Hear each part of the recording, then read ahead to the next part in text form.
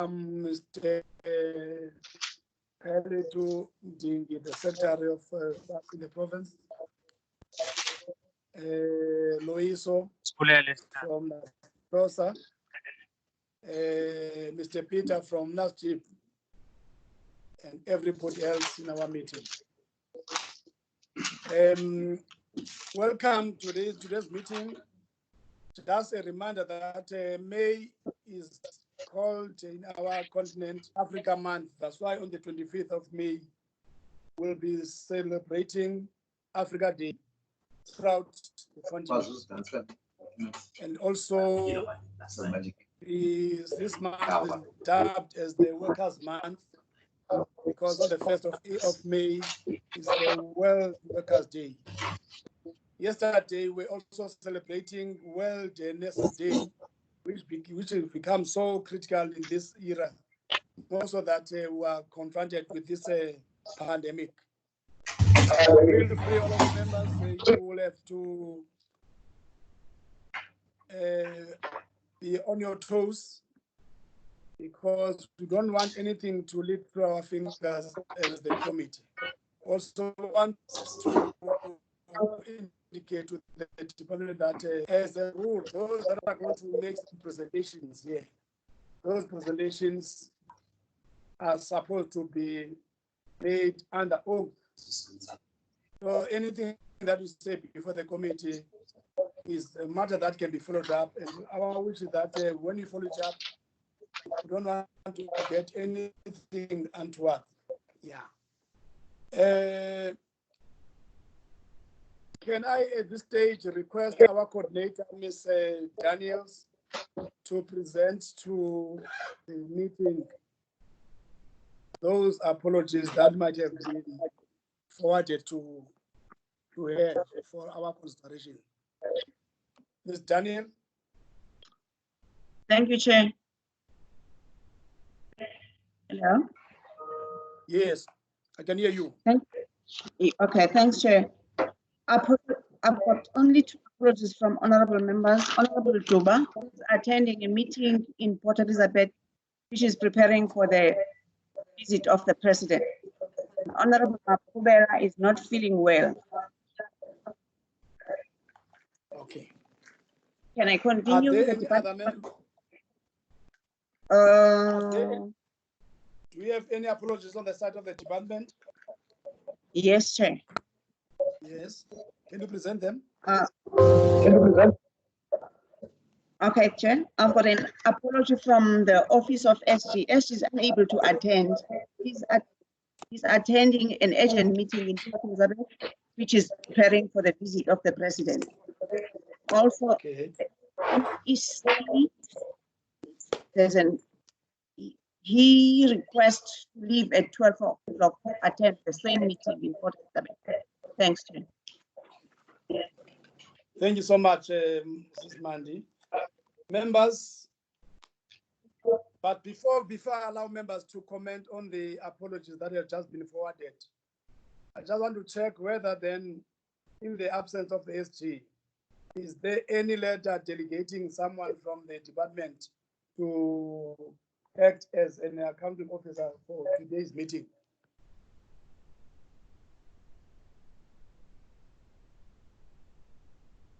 Ms. Daniel? Ms. Daniel? Hello, Chair.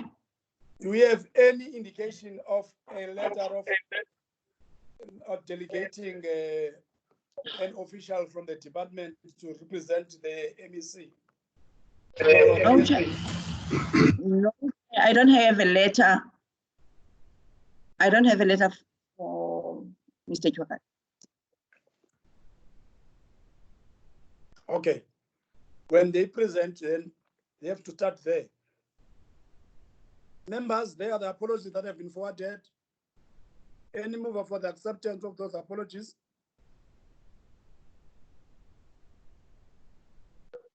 Chair.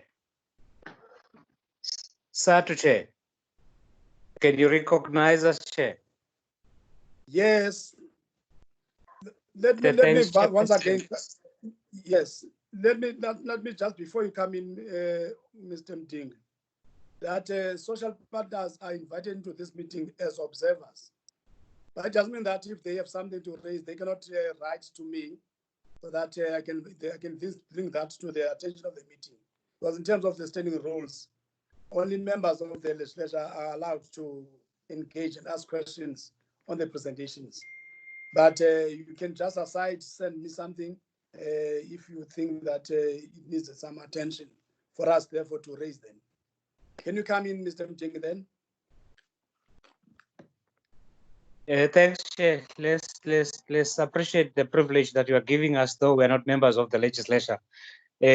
Because we are struggling in terms of the sound. We were to appreciate if other attendees of the meeting could switch off the video. Only you must appear on the screen, or perhaps others appear only when they speak for quality purposes in terms of the sound. So we submit, Chair. Thank you. Yeah. Thank you for reminding us. I think now, by now, all those that have been part of virtual meetings know that if you are not on the floor, you are not speaking, switch off your mic, all right?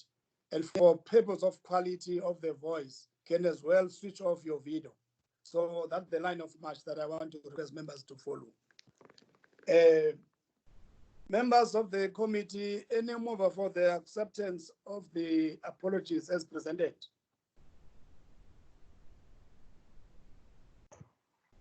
Honorable Chair. Yes, Honorable Ndabeni. Yes, I move that we accept the apologies, Honorable Chair, given the challenges we have, including the apology of the SG to attend the preparatory meeting for the visit of the President. Thanks, Chair. Honorable Chair, I second it.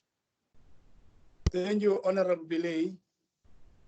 Now, at this stage, members, the agenda was circulated to yourselves. The only slight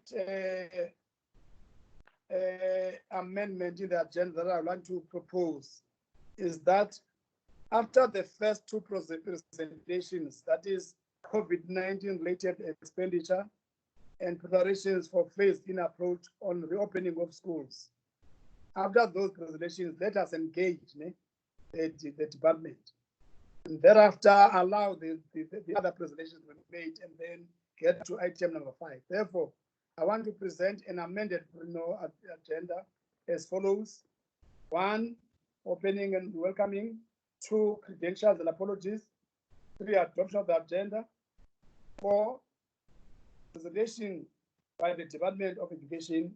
4.1 and 4.2, that is COVID-19 related expenditure, and 4.2, preparations for phased-in approach on the opening of schools.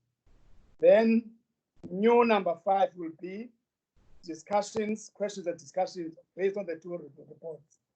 Then number 6, which will be new number 6, will be the further presentations on infrastructure, solar transport, non-teaching staff, and municipal services. Then new number 6, 7, then will be questions and comments. Then 7, 8 will be closure. So I just wanted to make those few amendments to the agenda. Any mover therefore for the adoption of the agenda as amended?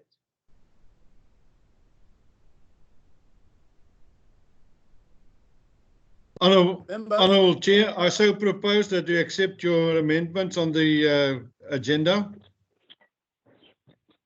Thank you, Honorable Kutsie. Welcome, Honorable Kutsie. Any seconder to the acceptance of the agenda? Honorable Futana. Honorable Chair, Futana here. My the honor of the Honorable Kutsie. Okay. Thank you. I would like to advise you, Honorable Futana, to find a suitable place where you can have a better connection. Otherwise, we are still struggling. I'm saying, Honorable Futana. Chair. Honorable Futana. I'll take advice. Yeah, you staff is struggling a lot today, better than the other days. Or maybe you can climb up the roof of your house. All right. Thank you. Honorable MEC. Honorable MEC.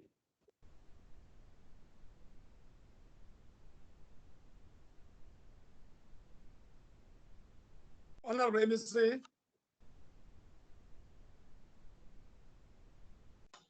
In the absence of the MEC.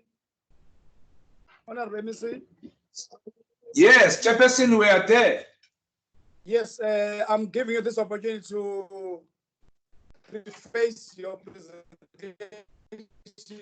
Thereafter, assign the lead of the delegation from the officials to deal with the two presentations, that is COVID-related expenditure, as well as the phasing approach in the opening of schools.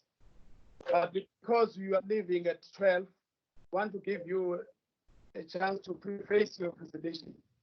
But you listen. No, thanks, Chair. Okokuqala masiqale sixolise sihlalo. It was not deliberate that we would have to divide the work in relation to the absence of the SG. We were then called to make sure that we participate on the preparations of the president in the Nelson Mandela Metro as sector departments in that particular space. And therefore, then that requires us to share the workload, and requested the HOD to be in that site as from yesterday up until Friday.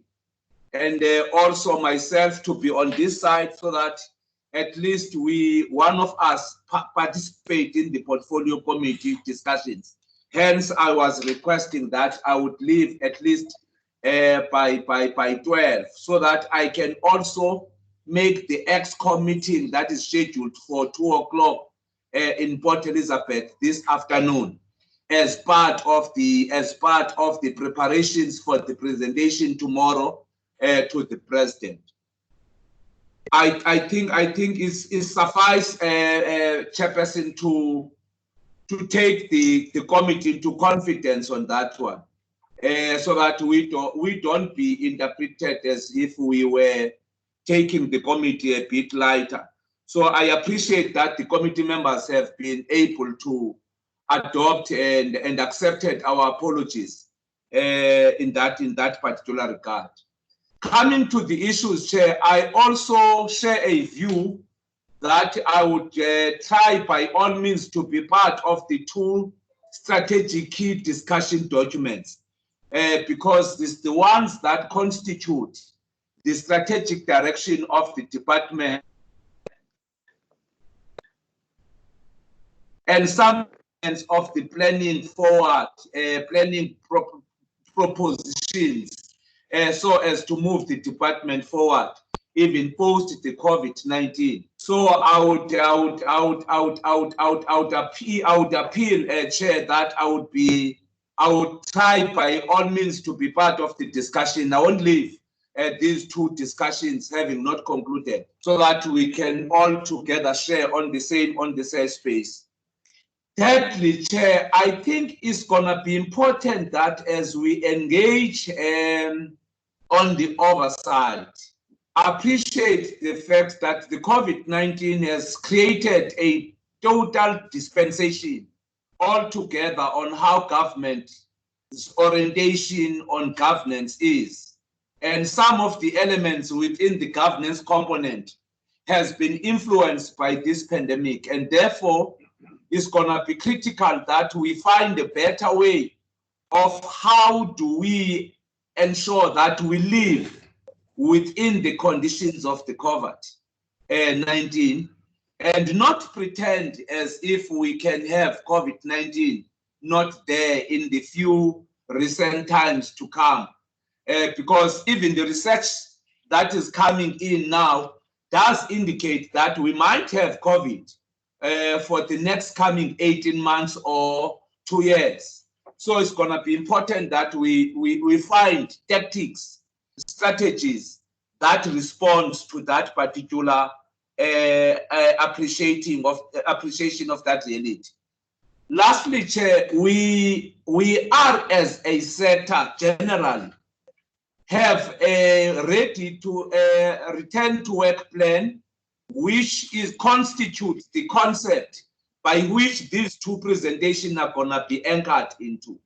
Those discussions are discussions that are anchored on the return to work plan by the department at a national level. How is it going to find its best way of ensuring that it saves the lives of the people, but equally saves the academic year? That's the thinking from the national minister, that let's save the lives, but equally saves the academic year if it is possible. Unless science proves us wrong, that there is no need for us to reopen schools for this academic year, will be persuaded by the command center, which is scheduled to sit during the course of the week or end of the week this time around. But safe to say, we have prepared ourselves as the presentations are going to be made, Chair. What is a bit of a disturbing, if you like, if I may allowed to use that concept, is that there are areas where the sector will solely depend or rely on the capacity of other sectors in responding to those constitutional and demands as per the constitution of the country. So we will have to find a better way of navigating ourselves within that context of an integrated governance, so that we are not failing the people of the province and as well failing the people of the country on the basis of a particular sector that have not been able to respond clearly on the strategic plan or as required by the National Command Center. So we are busy trying to find a way on how best from the CEM of Monday given us a mandate to ensure that we phase in grade 12 and grade 7 for the 1st of June. That's what the minister is going to go to the media tomorrow announcing. And I'm then saying is something that within us as a committee, we must prepare ourselves that that's the thesis by which the sector through the minister is consulting the stakeholders. But we are in agreement that we are not going to phase grades, all of them. We will gradually phase them as the COVID-19 is being analyzed from time to time. But critically to that is the provincial standing on the state of readiness. If we are not ready, we are not going to open up schools, whether it's grade 12 or grade 7. That's the principle where we are. So I'm saying, as we are going to present the state of readiness, but equally is gonna be, to what extent have we been able to execute the very same plan that we are going to present, and what indications are there in place that begins to ascertain that by the 1st of June would have been able to cover up the space as required. But the attitude we have is that we are not going to wait to be told to open schools. We must, from time to time, respond to the plan and also respond to the possibilities of us not being able to respond to some elements, and be honest to the analysis that we are engaged on. Hence, we appreciate, Chair, the session that has been created before us. We are in that particular space as of now. I don't want to discuss what is on the social media space, because we are a government entity here. If there is anyone who has got an issue around contracts of the department, there are legislations and provisions on government on how to handle such particular matters. It is unfortunate that we must be engaged on social media aspect on who benefits on what in terms of the contracts of government, and to a greater extent fall into a trap of wanting to arrange procurement processes of government. We are not going to do that. I just wanted to be explicitly on that one. We are not going to rearrange procurement processes. We want anybody who have got an issue about procurement processes to go to court or raise a procurement issue that he or she feels that we have not done it in a proper way, and advise us accordingly. Otherwise, the issue of us having done the e-learning program and therefore creating a space of opportunities for the SMEs of the province, we have done that. But what I am opposed is to create an impression that we must then succumb to what you can regard it as a state capture, by the way. So I'm honestly opposed to that, Chair, unless I can be advised accordingly. Hence, I'm saying it will be important that we be advised which areas of supply chain management processes were floated, such that we can go back and correct that if there is a need to do that. We have, on the basis of what I've said, Chair, we have assigned DTG Twagati to act as an HOD today and take the work of the department to the portfolio committee. My understanding is that there was a written communique from the office of the SG to your office. If it has not, I would apologize, Chair. I would apologize sincerely on that one. But from where I am seated, I have been advised that the office of the SG has written a communication to your office for the acting capacity of DTG Twagati, so that we be compliant in terms of the law. That's how far I can go, Chair. Thanks a lot. Thank you, Honorable MEC.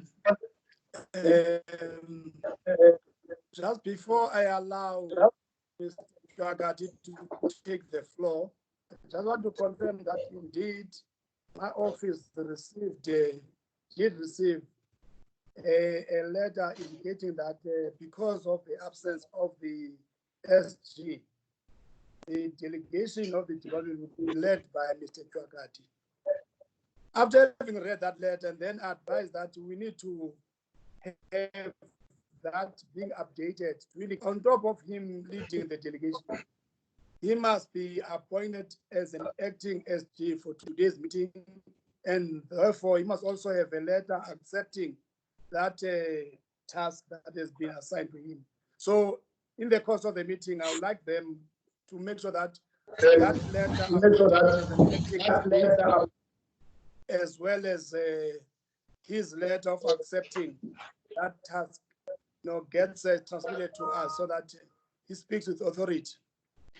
I'm happy that you indicated that even as the committee, we don't want to play into the media space or social media space on matters that affect the department that we are conducting oversight over.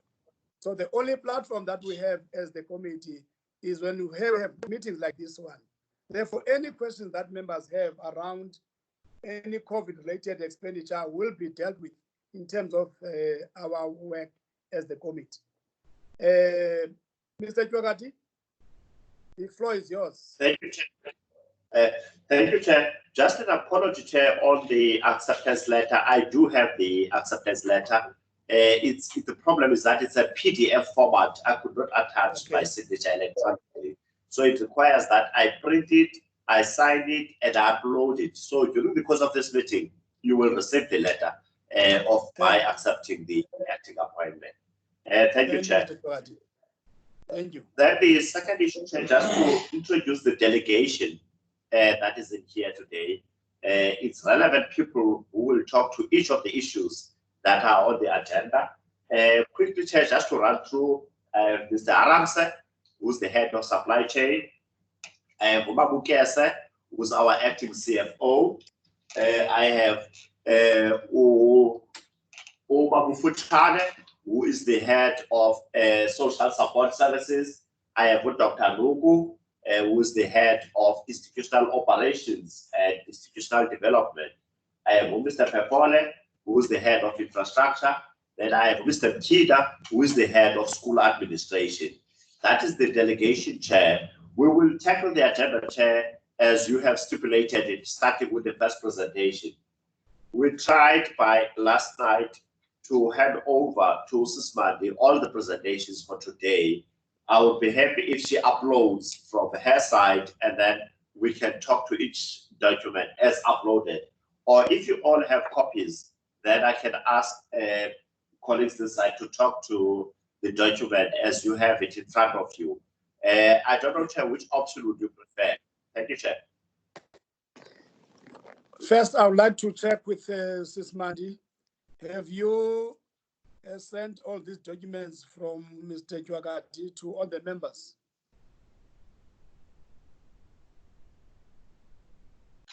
Thanks, Chair. Yes, I did, Chair. Hi, Chair. So is there a number that Chairperson? Yes, Honorable Kasim? Yeah, Chair, we did receive the documents. We did receive the documents, but it will be helpful if they can upload the document and we can follow in our document where they are on the screen, because it might be difficult to follow where they might be on the document from the document on our device. Just a request. No, the problem, what I wanted to find out first was whether you did receive those documents, because when you come to a meeting, you must come having prepared, having read something. So I'm happy that you are confirming that you did receive the documents. Secondly, Mr. Chwagati, will follow your proposal of allowing our coordinator to flight to upload the presentation as you continue with it. Also, I would like to advise members that if we find it difficult to follow the document in the screen, can utilize your own, email, the document that is, email, so that you'll be able to follow it up. Sismandi, can you start by flighting the first one that is COVID related?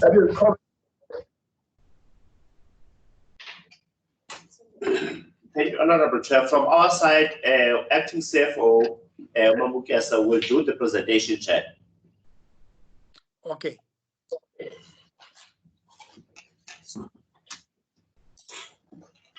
Morning, Honorable Chairperson and Honorable members. Morning, Mamukesa.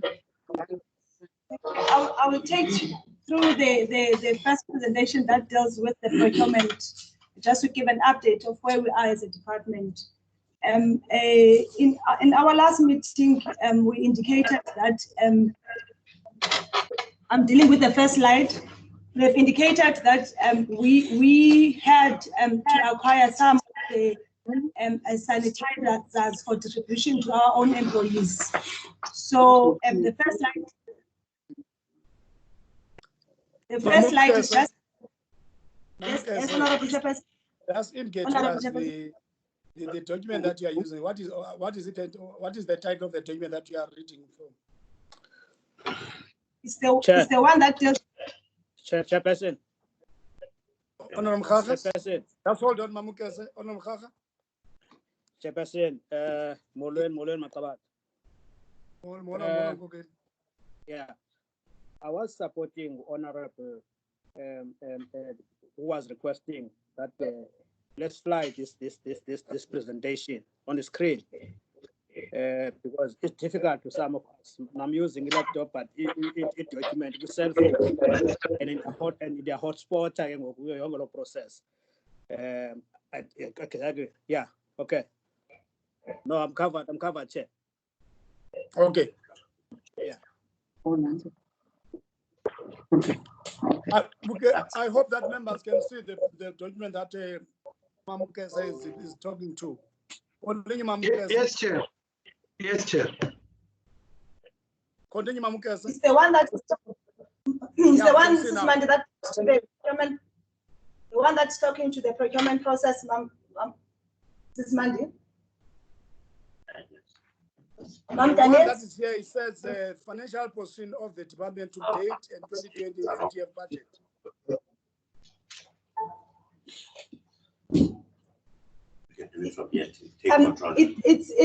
It's the one that talks to the procurement process and to the portfolio committee. I can put it from my side and share the document, Honorable Chairperson. Please, can you quickly do that, Mama?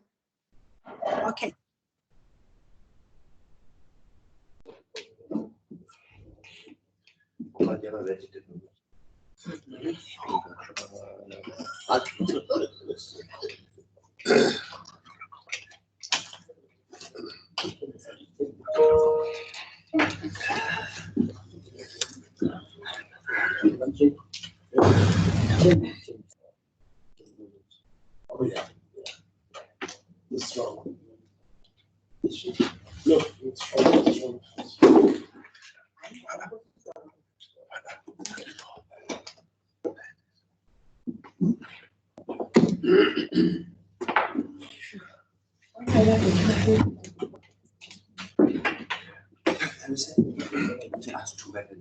I'm trying to open it, Honorable Chairperson, from my side. As the 4.2, there's a discussion. So it's not that And much. Mr. Joga, Honorable- can you switch off your mic?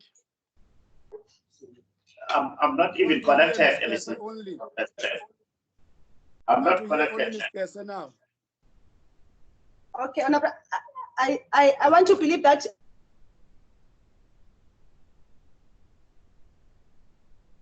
Continue, Mamukese. You can see the document that has been cited now.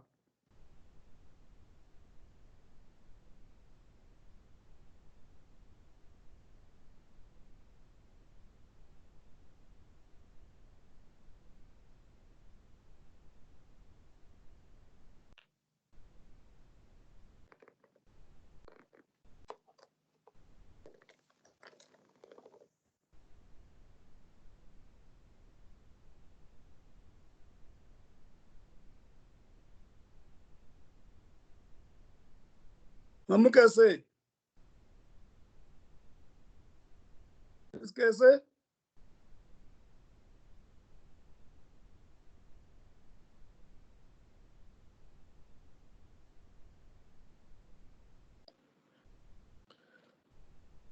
We're still Miss waiting Kese. for the document.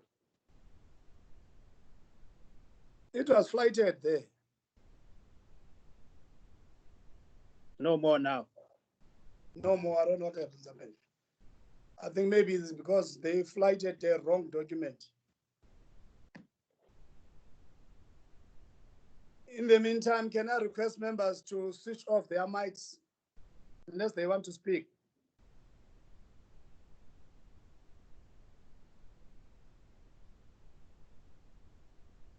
Can I also ask you, Chairperson, to switch your video off to improve the quality of the presentations, please? I will. But as a chairperson, I'm not supposed to switch off anything. I thought so that it needs to be chairperson to be present, you know. Yeah. Chairperson is. But I'm in control of the meeting, so I can't switch off anything. Chairperson is exempted. No, I want to see you, Saziwa. Don't do that, Honorable Saziwa, please. Don't switch off. Welcome, Honorable Leader Zibula.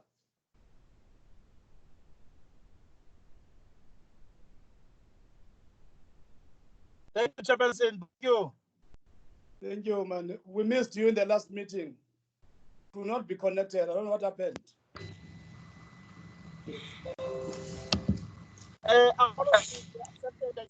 We're trying to connect her. Okay.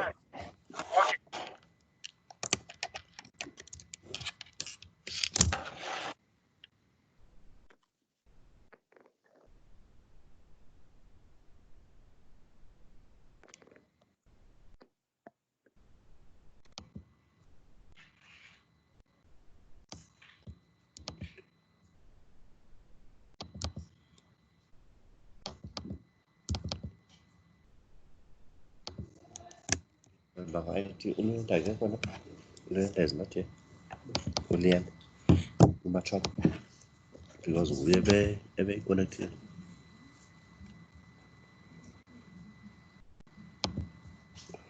Upload. Okay, I see it. Okay.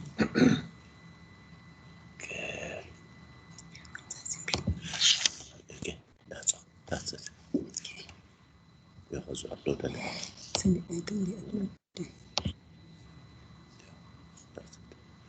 Yeah.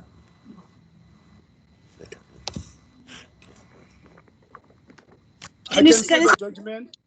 I Okay. can see the document. Okay, Honorable Chairperson, I will take you through just an update on from our last meeting. As I've indicated that there were some of the sanitizers that we bought. We don't have the document, Chair. Can I first check with all the members whether they see it, because it's written portfolio committee meeting 13th May. No. Procurement processes. It's written procurement processes. I don't have You don't see it. You don't see it in the screen. Some of us can see. We can see it on the screen, No, but it's it's not very on tiny. mine, Chair. You can see it on the screen. You can zoom it even in your screen, and then you can see it properly.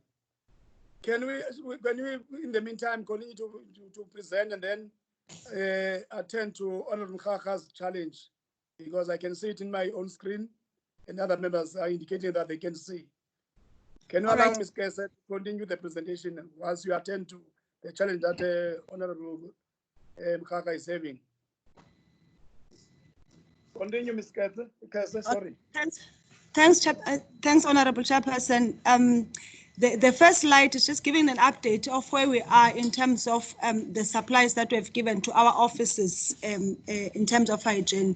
We have of the consignment that we had that we have acquired, we have done a second distribution to our district offices and head office, and that was finalized on the 12th of May of the consignment that we had on hand. But subsequent to that, we issued a 48-hour tender, Honorable Chairperson, that now was trying to get our offices, institutes, districts to be decontaminated. And that we are currently busy with the procurement process as the department. So we have not yet finalized the procurement process. We are still busy with it.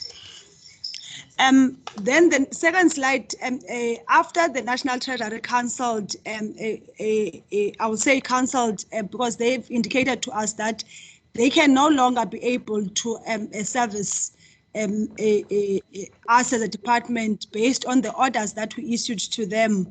If you remember, Honorable Chairperson and members, we had a 104 million order that we issued to them, as I presented in the last meeting, for our schools, and the 20 million worth of an order that was issued to National Treasury for offices, which was subsequently now provincial.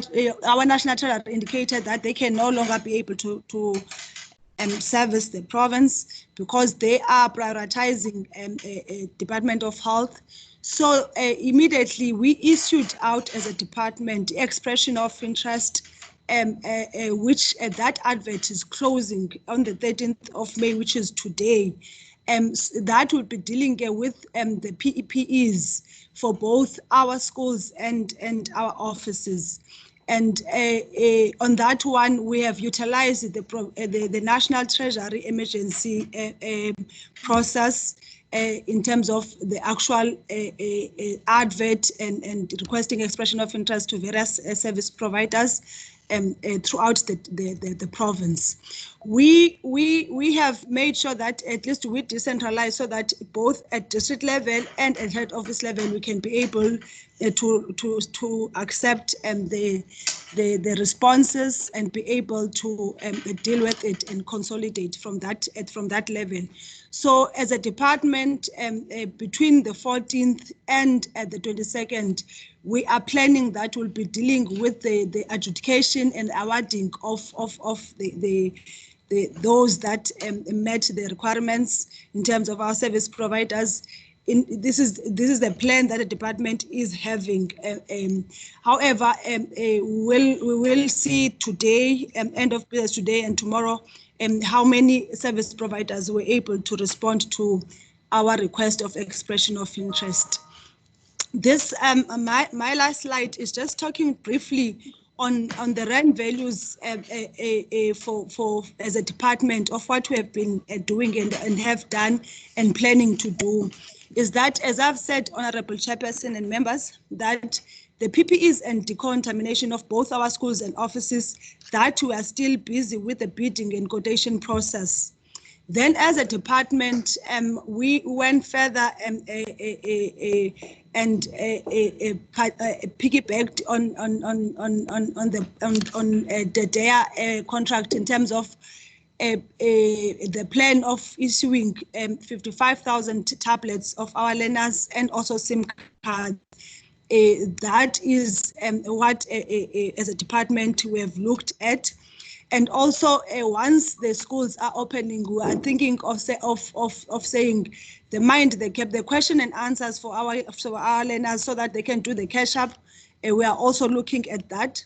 We have also invested and continue to invest on our communication strategy, both for our customer care and the communication through our radio stations. We are also have invested in those as a department so that the lessons are broadcasted to our learners whilst they are still at home. As a department, we have also looked, Honorable Chairperson and members, at paying our schools what was due to them last year, which was the accruals that we had, that we needed to pay our schools. That have been done. But also over and above that, we have also looked at the payment of the first tranche and the 10% to our public ordinary schools and also our independent schools. That as a department, 10% in first tranche currently doing processing this week, and also the independent schools. The payment of schools that were still outstanding, which we needed to pay for those schools that are outside municipal boundaries, those we have also processed and paid to our schools.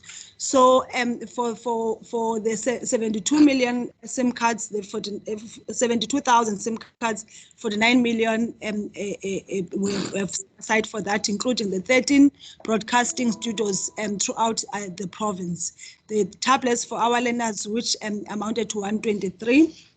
The mind the gap of 37 million, that one, as I've indicated, we'll be looking at once the schools open. Customer care and communication, the 21 and the 13 million, that is what we are currently looking at. Then the accrual of 21.8 million that was paid to our schools. Then the over 700 million that was paid to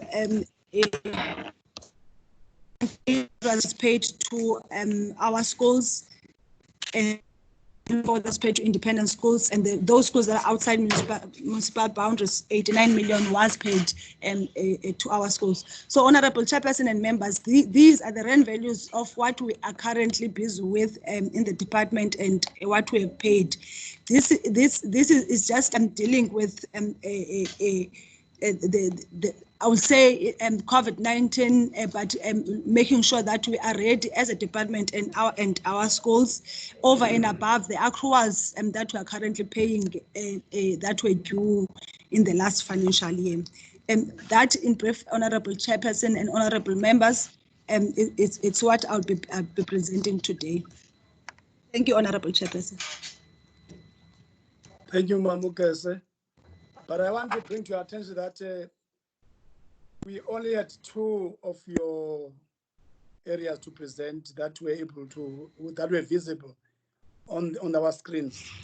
So we missed the other aspects, especially the one with the rents and cents. So we must find a way of ensuring that by the time we engage you, we have that aspect of the report. Can we then allow you to take us through the second aspect of the report? The one concerning your phasing approach of the opening of schools. All right. And I want to suggest that this part of your presentation, can you email it to Ms. Daniel so that in turn she can email it to members? Okay. All right, Honorable Chairperson. I'll do it now. All right. Thank you, Chair. So The next one is take us to the next one is readiness. It will be presented by Dr. Nogo. Also, it was emailed last night to Usus Mande. We will also see if we can load it from this side, and it's on the screen there. Can you see it, Chair? Yes. School Yeah, Dr. readiness. Nogo will come over here. Members, can I check with you? Are you able to see this on the screen? I can see it, Honorable Chair. Thank you. School readiness, I can see it. COVID-19 preparations for schools opening. We can see I it. can see it. Dr. Nogo, you can take your presentation then. Okay, thanks, Honorable Chairperson. All members, our MEC and colleagues, good morning. Morning, Doc. Thanks. Don't thanks. forget to acknowledge your social partners as well. Oh, okay. Also, greetings to the honorable social partners, who are there. Thank you so much. Honorable Chairperson, this is the school readiness report or plan, rather.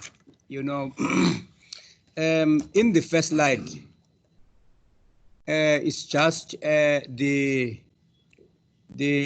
contents of the presentation, and then the next slide is just our point of departure as the department to say save lives, stop the spread, and save the academic year.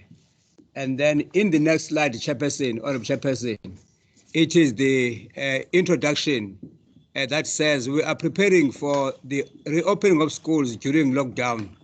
And indeed, this is a mammoth task. And then we are expected, Chairperson, to provide quality education to our children who are currently schooling. And then briefly, in the following slide, we are looking at the policy directives that make us to prepare in a special way for the reopening of schools, because this time around, we are responding to the COVID-19 essentials. And then if you look at those documents, all those, there are 5, the sources are there for the documents, dates and subjects. Now, they are all important, but the last one, which is number 5,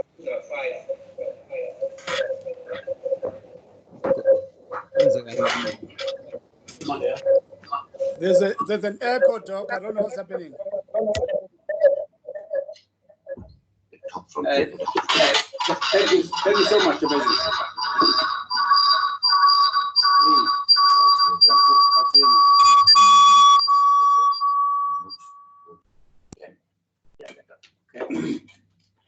The last one, Chairperson, number 5, is our instruction number 15. It is color-coded there for only one reason, that this is an instruction in our province, which is as a result of our consultation with our social partners who are there. Now, the next slide, Chairperson, is the slide on the 4 key areas that we are considering. Next slide, Mandy. Thank you so much. The 4 slides that we are considering as we are preparing for the reopening of schools, we are considering these 4 items as very important to us in our operations. Now, being the safe hygiene practices, 2, the safe school management, 3, curriculum recovery plan, as well as safe districts and communities, which means as we are preparing our Chairperson, underpinning our preparations are these 4 key considerations, or these 4 key areas. And then the next slide talks to the implementation of safe hygiene practices. The next slide, Mandy. Then this slide is actually indicating, what becomes very important to us in ensuring the safe hygiene practices. Our collaboration with the Department of Health in implementing hygiene and infection control measures. And Honorable Chairperson, it is very pleasing to note that even now our districts, they are very active in collaborating their activities with the Department of Health.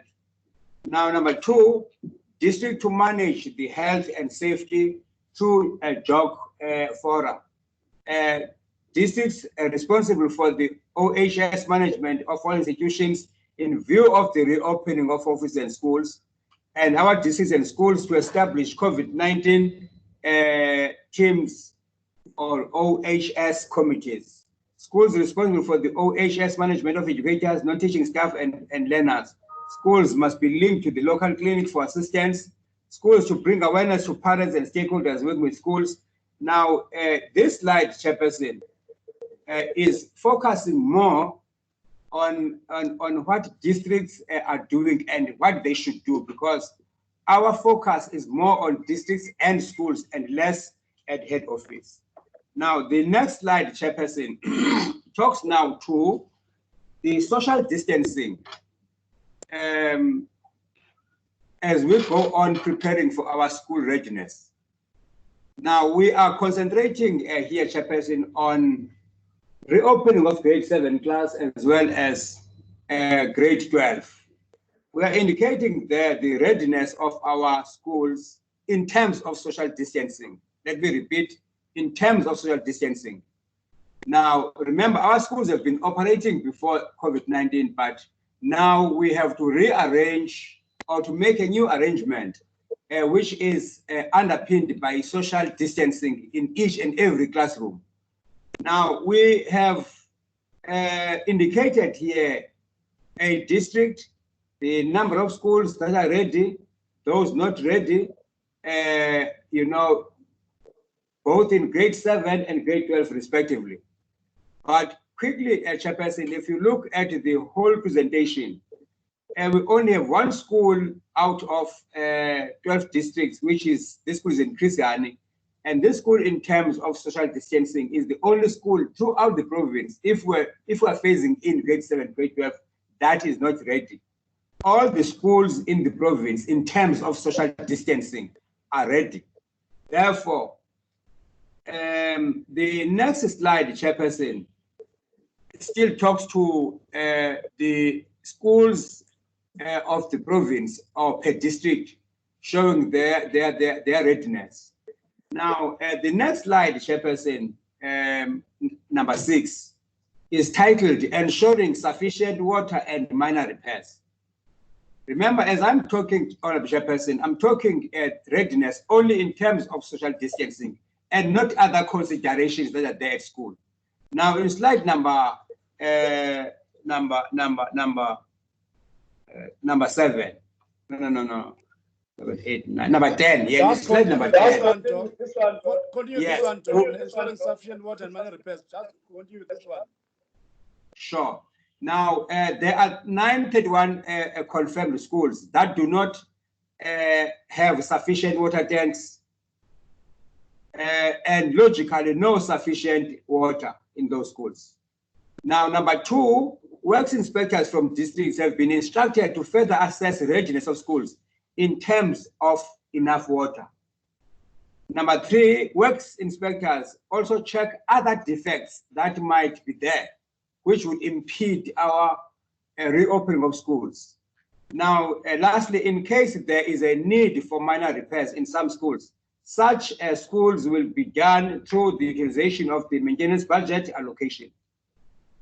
Now, the next slide, Chairperson, is now on our activity plan in the district in the province, which is guiding all schools that at least we expect these 9 steps to be done before we commence teaching and learning. I don't want to bore you too much, Chairperson, about these 9 steps, because one is ensuring that there are PPEs in schools, cleaning and at the same time is done. 2 is our district meeting with stakeholders to on measures to prevent the COVID-19, we still feel that before we start teaching, districts have to go on with stakeholders advocating, you know, all the measures to curb the spread of coronavirus. Number three, I mean, series of meetings and advocacy, they go on. Number three, this meeting with GMT, and so on, up to number 10, Chairperson, where commencement of teaching and learning takes place in number 10. Now, the conclusion, Can I bring your Chairperson. attention that, Doc, I would like to bring your attention that in our screens only have 1 and 2 only. So we don't have this number 10 that you're talking about in terms of what is here. Yeah, I think it was low. Okay, now Thank you. Okay, that is number 10. Yes, yes. Now, all these 9 steps, Chairperson, they is part of meetings and orientation of different role players at school, SGPs, learners, teachers, and other people who are at school level. And then once we have done all these orientation programs, meeting stakeholders, everybody else, then teaching starts in number 10. Then, Chairperson, we are in conclusion saying that, you know, through our preparation for the reopening of schools, we have now begun to learn a new lesson, which we never learned before. The issue of shared vision, now beginning to think differently, to have new mental models in our operations. You know, we are believing that as a team we are learning. Today we plan, tomorrow we refine our plans, and now we have begun to personally master what we are doing. Then, Chairperson, I've just captured, you know, these 4 things in the conclusion to say that now, as we are preparing for the opening of schools, we have learned 4 things to say. We need to strengthen the management for teaching and learning, you know, at all levels, with prescribed framework at our disposal. And number 2, we have begun to understand that turning a traditional organization like ours into a learning organization is not an easy task. It demands, you know, of us to think out of the box. And number 3, during this period, as we are reopening schools and when we have opened schools, we need to continue learner motivation at all costs so that we always make learners to want to succeed. And then we have lastly learned during this COVID period that really strengthening collaboration between ourselves, stakeholders, and other government departments, you know, strengthening collaborative and integrated work ethic among government departments and stakeholders is the way to go. Now, I've just made that quotation to say that if we all mobilize and we work together, really victory is certain. Thank you so much, Chairperson. Thank you, Dr. Logo. Members, in our emails, we have 2 documents that were also sent to us. The other one is titled Report on ICT Investment Interventions at Schools. The second one is titled Integrated Plan for Inclusive Education Response to COVID-19. And both those documents have not been presented to us because we want to look at a holistic picture of how the department is dealing with in terms of mitigating against the effects of COVID-19. So I want to check with you, Mr. Chwagati. These are 2 documents that have been sent to us as well. And in your presentations, there were some areas that were a little bit touched on this. So I want to check with you, when are you going to then present these documents? Present sorry, Chair. I'm trying to get a sense of the question. When are we going to present them? Where? No, I'm saying, Mr. Chwagati, these documents were sent from your offices to us as a committee, and they talk to issues that are affecting COVID-19. And in the presentation that has just been made, these documents have not been presented.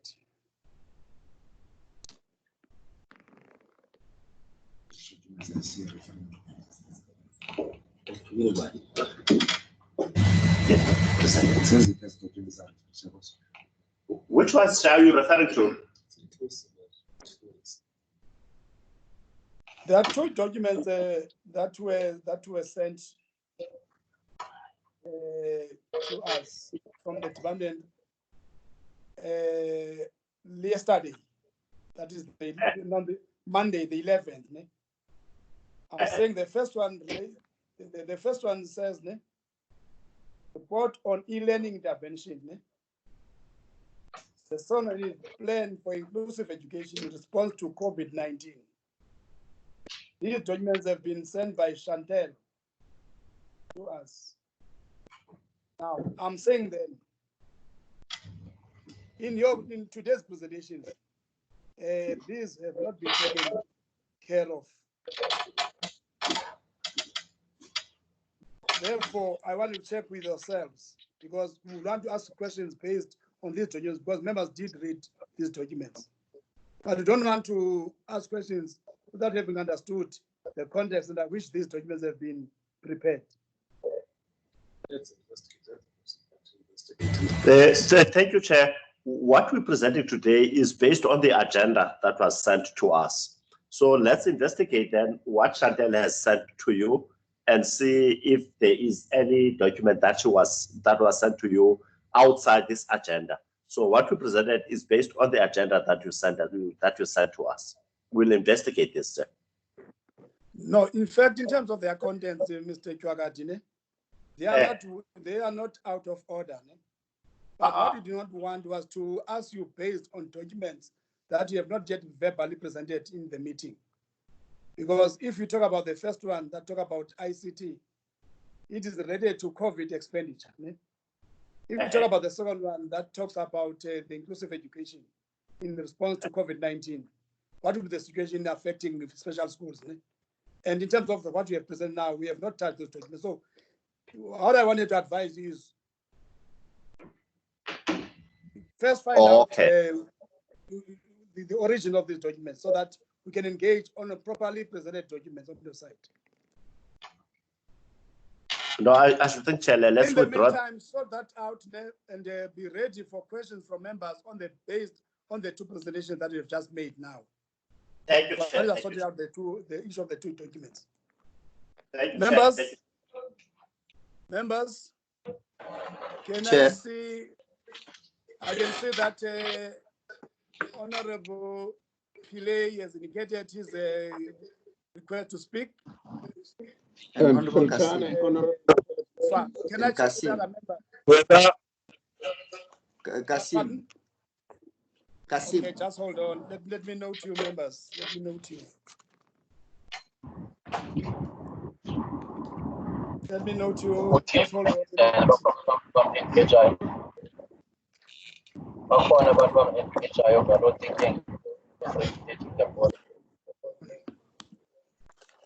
Can I request the department to switch off their mics?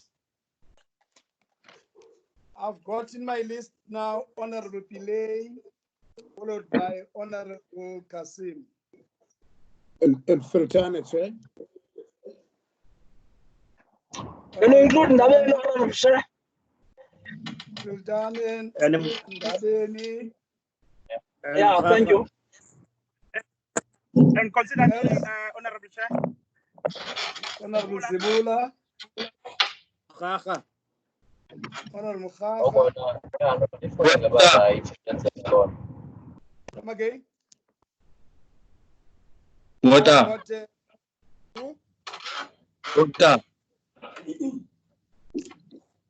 Can you repeat yourself? Honorable Bota, please. Oh yes, brother, Honorable brother. Welcome, Honorable brother, to our committee. It's the first time that you've joined us. I've got that order then. Honorable Second Pillay. time. Yeah. Honorable Chair, thank you very much. Honorable Chair and the leadership of education, thank you very much. I think we have to share the sentiments expressed by the MEC's overview, and the matters which are actually outside social media may not be our concern. But there are technical aspects which the presentation of Ms. Kese raised will actually force us to ask certain questions related to the e-learning side, which I think in order to raise. Number one, the virtual classrooms. I think we are happy about the monthly spend on that particular one, but we want to know that how the department is actually going to manage. What is their target group? Because each one got one in each district. How are you going to manage that? The second one is about the Samsung tablet. We can see that we are going to purchase, and that is one of the most vulnerable groups. It is the Kindle 1 to 3 schools, where we are trying to purchase 1,250 Samsung 8 tabs. I know that the committee has no specific feeling to get involved into the specifics of the administration, but this is very crucial because we found that that particular tab is available at around 3,500 outside. Are we having an issue with the economy of scale? Number one. Number two, that 1,250, how many learners it's going to be affected? Because we know that Kindle 1 to 3, it will be a large group of learners who will be waiting for that. Thirdly, on the same issue of device-based learning in application of the curriculum, where we are talking about, and the MEC has himself actually indicated that COVID may not stop within 3 or 4 months. It may even go beyond that. So how are the teachers being part of that program? Because if the teachers are being involved, in which way are we going to train them to get into that particular perspective? On the school opening, the presentation by Dr. Nuku, I think it is covering the basic aspects and we appreciate that. But I just want to indicate that the idea which is presented where the schools are going to link with one particular clinics. Remember that the current situation has been changed in Eastern Cape, that many areas clinics have been closed. If you take an example of Buffalo City, most of the clinics are not operational because of the high encroachment is taking place by the virus. So I think we need to look at it. In terms of the water tanks, we were attending an Amatole Joint Operation Committee. Amatole West District alone said that they need 400 tanks. So that 931 schools, in terms of how many water tanks, if it is water tanks, it is going to be a mitigation strategy. How are we going to do that? Also in terms of the special schools, what we see from the presentation is still a presentation of what we to do. But what we have done is not really reflecting. For example, we want the material to be procured. When is the material going to be arriving? Remember that the previous meeting pronounced that tomorrow or yesterday will be the day the PPEs will be there so that the teachers will be equipped with these things and they can go back to classes. But currently, still the presentation is not clear about it. And also one of the presentations sent to us, and that's my last item, where we talk of the procurement of the reprioritization of the budget. When we talk, we found that if the data sent to us is correct, that 50 million has been reduced, half of the special schools has been reduced the budget. But if you remember, if you look back of the last year, we will find that 7 million allocated for special schools, the department had to spend at 24 million. So this reprioritization process, do we really look into the special schools activities is a concern for the committee. Thank you.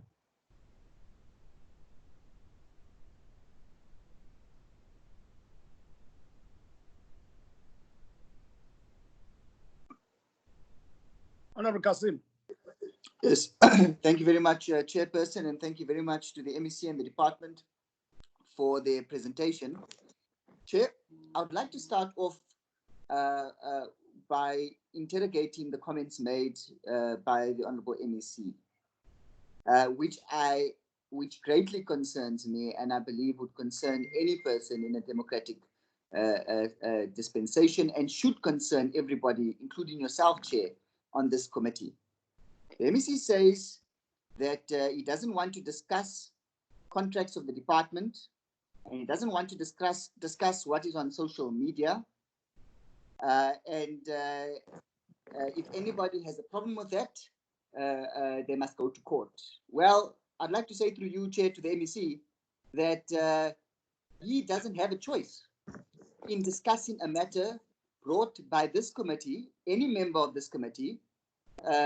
We can discuss any matter that is not before the courts, that is not sub judice, Chair. We are not limited to what may or may not be on social media. We are not limited to what may or may not be part of a procurement of the department. In fact, that is precisely our jobs. And if the MEC truly believes, and I don't want to be accused of misquoting him, Chair, because I wrote down word for word what he said when he was speaking, and these meetings are being recorded. If the MEC really believes that he can refuse to discuss a matter brought by a member of this committee, whether it may be on social media or not is irrelevant. Whether he wants to discuss a matter of a procurement of the department brought by a member of this committee, that he refuses to do so, Chair, and that he will not do so, then we've got a much bigger problem on our hands, and we will have to deal with that problem. In fact, that would I would not hesitate to say make a minister or a member of the executive constitutionally delinquent in this respect. So I'm going to discuss these matters, Chair, and I'm going to pose my questions. Honorable Kasim, just hold on there. This committee will discuss anything that concerns our oversight work. But our discussion won't be based only on what appears on social media. Therefore, in this committee, ask any question. Then we'll see then if the member of the Executive Council doesn't want to respond. We have a recourse in dealing with those matters. So feel free to ask any question concerning our work. Thank you very much, Chairperson. I'm going to proceed in that respect, and I'm going to ask directly, Chair, about the contract that the Department of Education has piggybacked on with Tedit. The contract that has been awarded reportedly to Sizwe Africa IT Group. Now, this contract, Chair, I want the department to give us a full timeline, number one, of what process was followed and when engaging with this contract. That's my first subsection of that question, A. B, Chair, I want to know, was there any opportunity for any other service provider or market participant to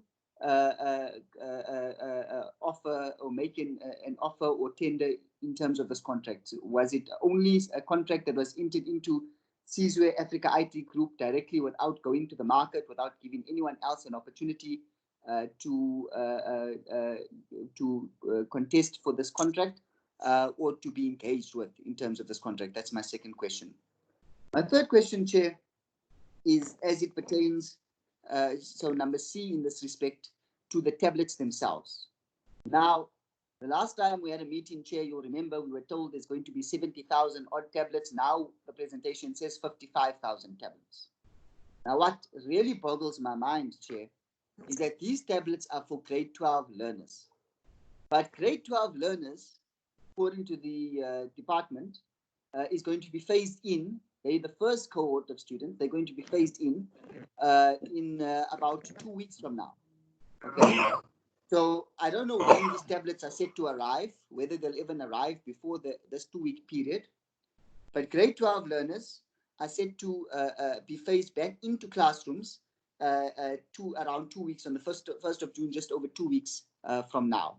Now, what I want to ask the department, Chair, and I want to get, please, I don't want any beating around the bush. I'd like to get direct answers on this question.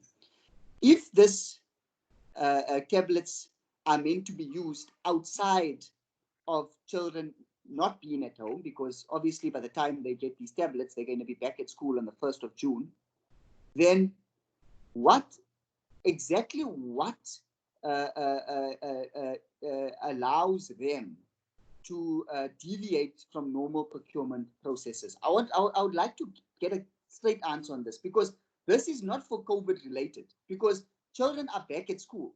They're not going to be at home because of a lockdown during the time when they're going to be utilizing these tablets. These grade 12 learners are going to be back at school. So therefore, this is an IT procurement for matric learners to utilize tablets as part of e-learning, but it's not part of COVID related, Chair, because they're going to be back at school. They're not being prevented from going to school COVID related in this respect. How is the case that these tablets are being procured when for grade 12 learners are going back to school? What exactly allows them to deviate, if they have done so, from normal procurement requirements, if they are going to be back at school and there's no COVID-related necessity? It's not necessitated by COVID because they are back at school. It's now an additional e-learning that is identified and need for these learners. Then, Chair, in terms of the cost, in terms of this presentation, 123 million, just over 123 million for these 55,000 tablets on a 3-year contract. Now that works out to roughly 2,250 Rand per tablet. Now, just a quick cursory view on Take-A-Lot, Chair, you can pick up a tablet for 400 Rand. Now, if you want to go for a more expensive tablet, let's say a Lenovo tablet, you can pick up a Lenovo tablet for 1,200 Rand. You can pick up a Kindle tablet for 1,200 Rand. You can pick up a Samsung Galaxy Tab with a leather case cover from PC Link for 1,500 Rand. Now, this is costing the department 2,250 Rand per tablet on a 3-year contract. Now, I would want to know very clearly, Chair, what type of value comparison was done by the department, and if we can get sight of any type of, if there wasn't, you must tell there wasn't, but can we be sent any type of value analysis that was done? Obviously, if you're going into a contract, you want to ascertain, are you getting value for that contract? I want to see that analysis, if it was done, if it was not done, Chair. I want us to be told. Then, Chair, I just want Mamukese to please just demystify some of these items on slide 4 of her presentation. So we've got the 123 million odd for the 55,000 tablets on a 3-year contract, and I've asked for all the details regarding when and how was that procurement made, and when will it be arriving. I also want them to please tell us when will it be arriving. Then there is 49 million for 72,000 SIM cards and the 13 broadcasting studios. Can they give us additional details on that, Chair? I recall being told that there's a deal with MTN and so forth in the last meeting. Can they give us details? Who's going to use those 72,000 SIM cards, since there's 55,000 tablets, so there's so many more thousand SIM cards that have now been procured.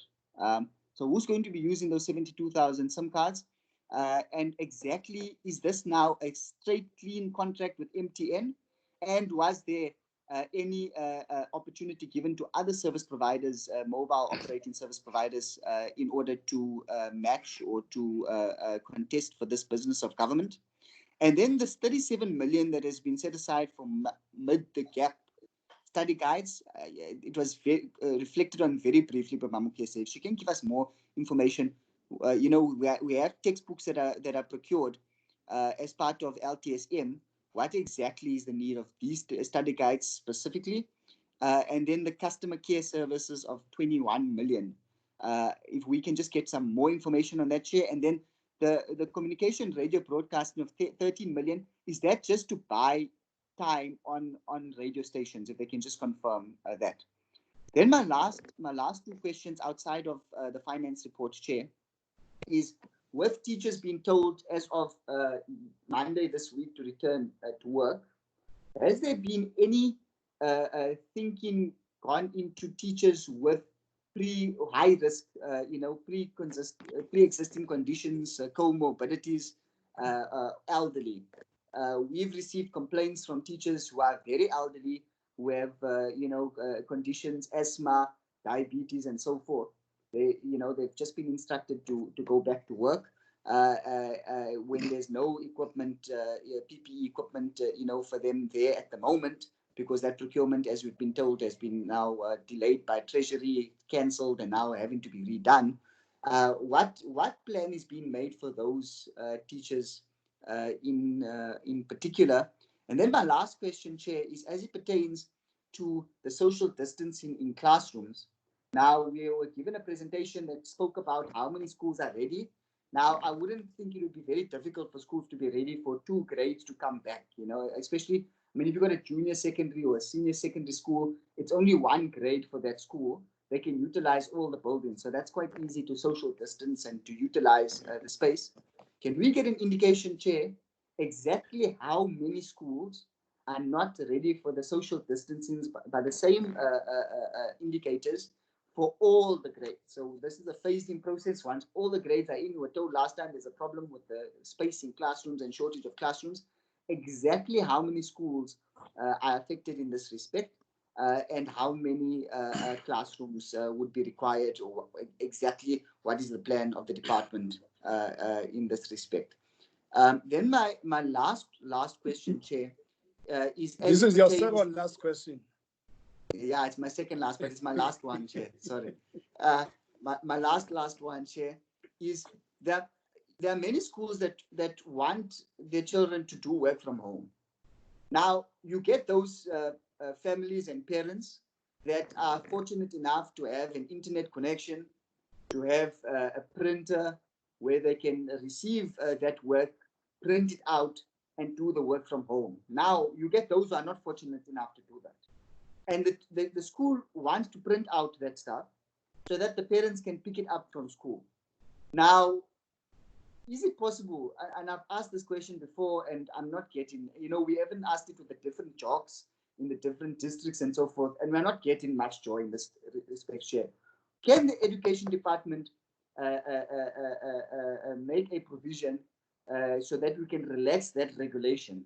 I mean, there's no different from a parent who can go and pick up work from school than a parent going to a grocery store or going to a clothing store. By the way, there's higher risk of COVID there. But if they can just go and pick up, it can even be set in a different room or whatever, where they can go and pick up that work. Because the irony of this is that those parents who are mostly working class parents who do not have the facilities to receive this work, and by the way, this happens even in former Model C schools, working class parents who cannot print that work for their children to do it at home, they are the ones who are being penalized. Their children are being left behind. And those parents who got the facilities, those children are not being left behind. I want to please make an appeal, Chair, and I would like to get a response. If they can be allowed to go, we can make a plan for them so that they can go and pick up that work from school. Thank you, Chair. Those are my questions. Thank you. Thank you. Honorable Filtane. Thank you, Honorable Chair. I have only one last question. Okay. Chair, just wife of the best. The PPEs that are about to be procured. My question around them is, will these PPEs cover all the schools to be open soon? Second question is, how often will classrooms and staff rooms be decontaminatized? How will they be fumigated? Fumigated, let's use that term. Per week. How often? How many times per week? The third question, Honorable Chair, is around the 931 schools that were mentioned as not having sufficient water. Where and which are these schools? And will they be provided with sufficient water before the schools reopen?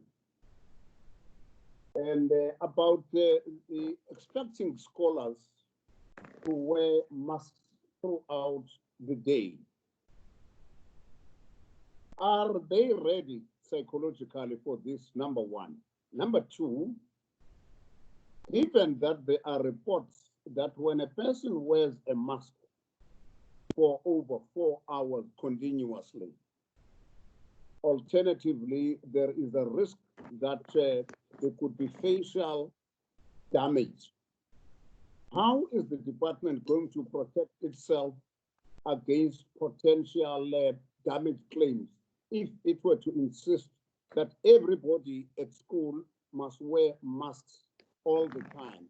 If the department is not going to insist on that, how will the scholars and the teachers be protected against anyone who is not wearing a mask at any given time?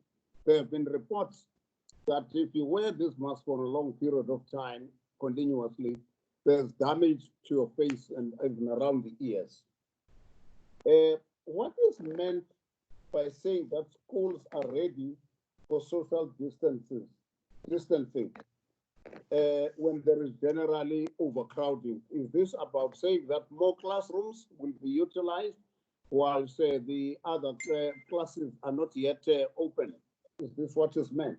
Lastly, Chair, my comment on the MEC's opening remarks.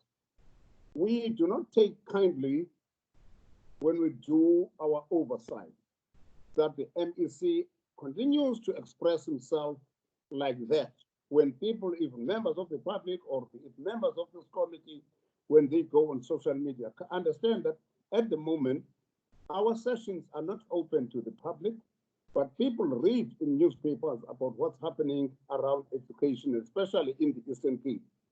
So we want to appeal to our MEC to persuade himself to be comfortable with comments that people make, whether it's members of the committee or members of the public. Remember that there is what is called public participation.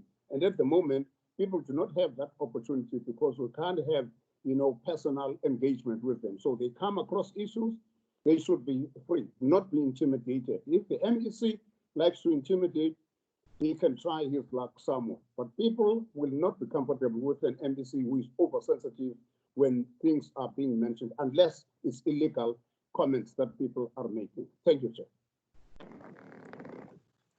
Thank you. Honorable Ndabeni.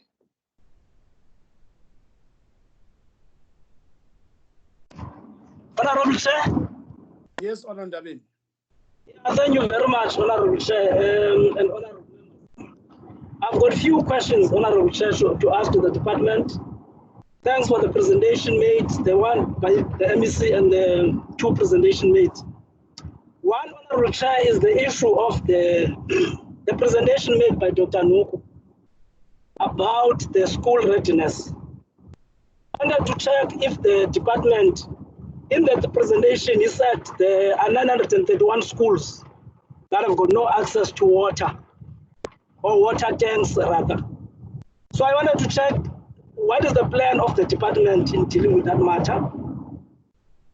Because we anticipate, Honorable Chair, that when the schools are to reopen, everything else that is to do with making sure that all the necessities are there must be there. So what is the plan of the department in dealing with that part? But secondly, Honorable Chair, is the issue of the MEC. My own contention, Honorable Chair, is that, or rather the acting HOD for the meeting should take the committee into confidence about this contracting of the MTN. I'm raising this, Honorable Chair, informed by the fact that we are now in the COVID period, and everybody else who's out there would want to cast aspersions on the ability, capacity. Second to that, Honorable Chair, is the fact that there's always a perception that everything else that is black in terms of the businesses has to do with corruption. So I would want that the MEC must demystify that, not necessarily to go into the nitty-gritty of the contract, but to take the committee into confidence as to say everything else was done about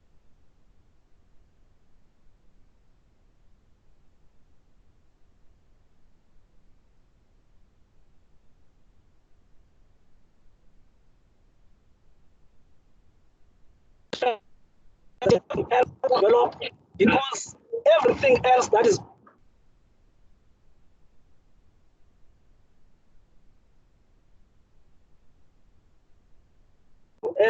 but I wanted to make those few comments for the meeting to, at least for the embassy to take the committee into confidence. I know that his views is that he does not want to comment on the matter, but the matter is in the public domain, and the matter is distorted public domain. I would wish that the MEC sets the record straight in relation to this, that we don't become ashamed of our people who are in the business space. Even during this COVID period, Honorable Chair, would want to see our people participating in the procurement processes, would want to see our entrepreneurs participating in the businesses of the state without feeling guilty. Would want our people to get contracts with the department as long as that is done above board. So I would wish that the MEC must just take into confidence the committee in terms of that and we move forward so that we can be clear on this matter and be able to demystify all the myths and the insinuations and casting aspersions about our ability of the state to deliver services. Much, Honorable Chair. I wanted to make those few comments. Otherwise, sorry for my, I'm sure there's noise where I am. My connection is bad. Thank you very much, Honorable Chair.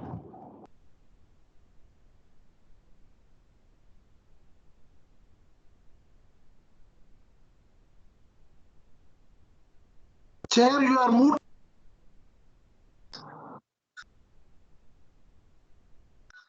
Chair, you are muted. Hear you, Chair.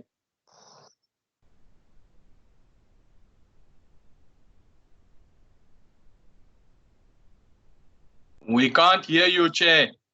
Chair, you are muted.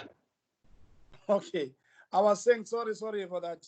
I was saying, Honorable Pillay, you were the first one to speak, unless you want to indicate that you want to come back.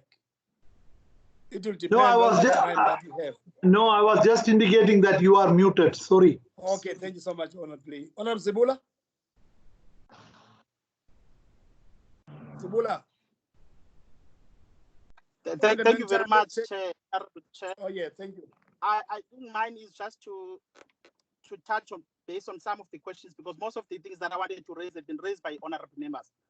And my first take is that I was also quite taken back by the comment by the MEC, hoping that probably after these submissions by the honorable members, you will see a need to come back and actually correct that kind of comment that he made. But my other interest on that one, that tender of e-learning. One is how is this e-learning? Because rather, I don't think this e-learning proposal came in during the time of the COVID. It would have probably taken in long before the we found ourselves in. How is it then being connected to the stage of the COVID and be taken as an emergency tender, which would have gone through the normal processes of the procurement by the department, has not been because of the COVID? Because I'm struggling to find it where does it relate to the actual situation that COVID, as Honorable Kasim is putting it, that if you see it, it does not talk to answer anything that talks to COVID, because learners are already in class when this gets to be rolled out. And the other question that I want to know is how many SMEs, actually the SMEs that are benefiting from this one, from this current tender.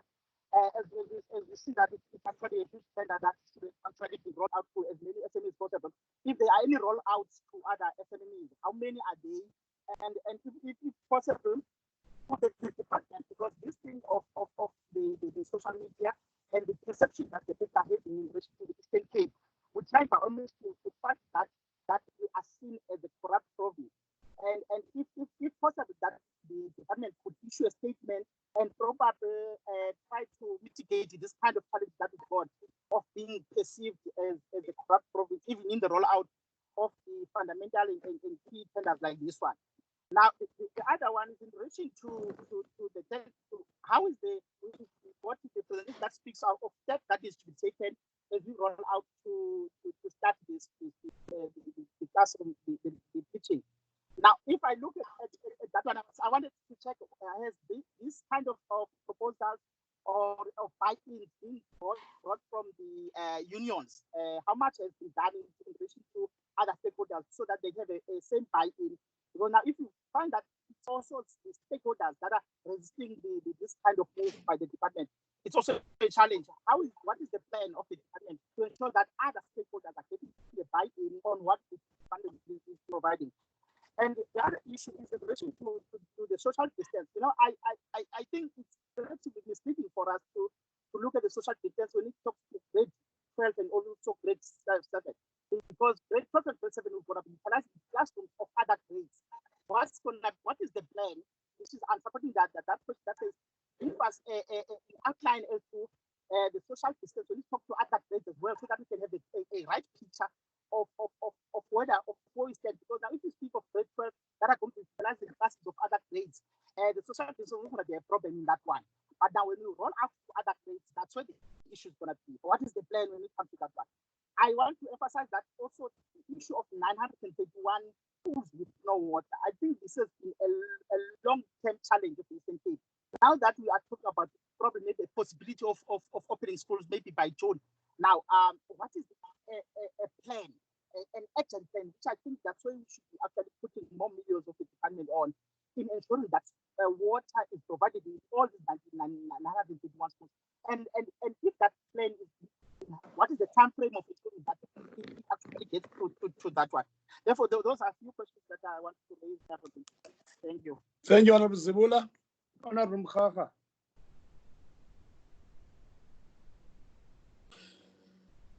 Honorable Mkhakha. Thanks, Honorable Chair. Yes. Good morning. Hey, it's almost good day now. Yeah, good day, Honorable Chairperson. Good day, Honorable MSC. Good day, Honorable MSC. Chair, maybe as a comment first, maybe it's necessary as a portfolio committee or the committee of the House to be ready to visit school on the day or that week when schools are open. Maybe it's going to be important, and I know that just in passing, that we consider that we visit schools on the first day of the opening, so that we may see exactly what is happening in those schools. Two, for me, it would be appropriate if the Department of Education would have conducted the pilot, identify 1 or 2 schools just to pilot and check the tendency and the reaction of learners to this situation, so that we can talk from an informed position in relation to the reaction of learners to the very pandemic that we're confronting. Perhaps a pilot might assist you even before opening. Identify 1 school or 2, grade 7, so that you are able to see the reaction of learners. So they are going to react towards something that is threatening everybody. This question. Safety first. I think in our last meeting, we emphasized on that point, that we're not going to allow learners to attend schools if a conducive environment is not created for them. And I think we're still emphasizing that principle. And I was comfortable when MEC commented on the issue that safety first, irrespective, and everything else follow. Make sure that we are at a point in dealing with this question. Well, the question of contracts, adverse contracts, I'm not going to comment. I think honorable members have commented sufficiently. This is a portfolio committee that must be taken into confidence in dealing with some of the aspects that we cannot ask in the public domain. Chair, I'm worried about the marginalization of the SGPs in our schools. Well, this whole notion of virtual meeting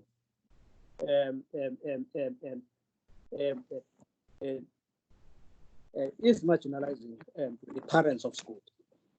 And my worry is the reluctance of parents to release their learners on the day of opening. Well, the wait and see attitude would prevail, precisely because we never engage parents of schools in this. But I don't know which way that could be effective in engaging the parents of individual schools. But the SGPs, those are the governing bodies who must marshal this plan going forward. Perhaps the department must just comment on this question. How do you involve, how are you going to involve parents in allaying fears in relation to this, particularly in relation to the opening of schools? My assumption is that 55,000 laptops or tablets corresponds with learners grade 12. That's my assumption. I don't know how many grade 12 we have in the province, but my assumption is that 55,000 should be corresponding with the number of learners. If it's a wrong assumption, it has to be explained so that what the question is, we don't share a tablet. And if learners are forced to share tablets, then we are encouraging unintentionally stealing of tablets from those who have. So I'm saying, is this figure a reliable figure that corresponds to the number of grade 12 learners who are supposed to possess these gadgets? The question of scholar transport and baggies was the question of social distancing just there. We know that in our province, there are areas where taxis are not effective in terms of providing this service. This service is provided by baggies, and in baggies, that's where you've got the problem in the province. How are you going to manage that space in relation to the baggies that continue to transport learners from the villages where taxis are refusing to take our children? So that's where, in fact, a crisis is. Perhaps you've got a strategy of dealing with that. Over and above the question of scholar transport, scholar transport, even the taxis that are on contract now under scholar transport department are not effective. And in fact, they are not obeying the instructions of the nation. This whole question of social distancing to me, and I was listening attentively. Social distancing in our province must mean additional educators, must mean additional additional space or additional classrooms. Because I know that many schools are full to capacity, and once this phase in is concluded, it means all learners of the school will be in that particular school. But the issue here, how are you going to ensure that in managing social distancing, you also consider additional educators? We've seen this situation in nursing. Nursing was forced to hire unemployed nurses back to the system. Now, how are we going to manage this particular? Because for me, social distancing in the context of education means additional educators, additional classrooms. And if that is not the case, then it means there's something wrong somewhere around this matter. Or you have a teacher-pupil ratio that you are going to prescribe for schools to ensure and guarantee that the social distance is properly managed by school principals. What is that teacher-pupil ratio that you have measured or planned in terms of your preparation? How are you going to deal with parents who are reluctant to release their children in this environment? And that said initially, parents and learners are going to react to this whole plan.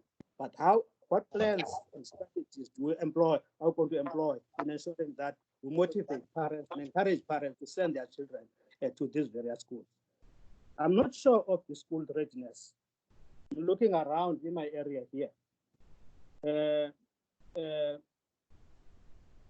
I don't want to go to the names of schools, but which companies are employed to ensure that schools are fumigated and everything is done? Those who are backlogged and are repaired and everything else. In fact, how much budget from COVID funding that has been allocated to the Department of Education? Are you using your budget as Department of Education, or there's a budget allocated? Well, my understanding is that 500 million were allocated for national and provinces benefited out of that exercise. My assumption is that the Department of Education, as the biggest department, has got the allocation here. How much the overall budget of COVID, of intervention to this COVID, that has been allocated to the Department of Education? Lastly, Chair,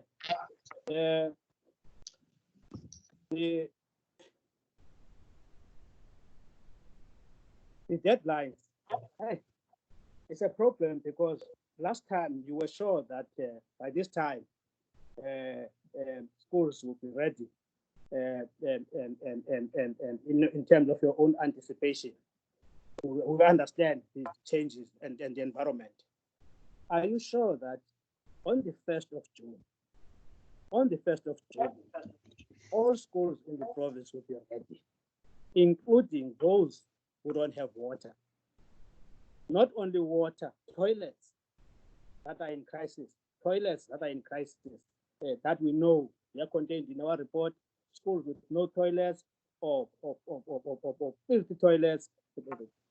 How are we going to ensure that those things are properly managed before the 1st of June, if the target is still the 1st of June, around this question of the deadline?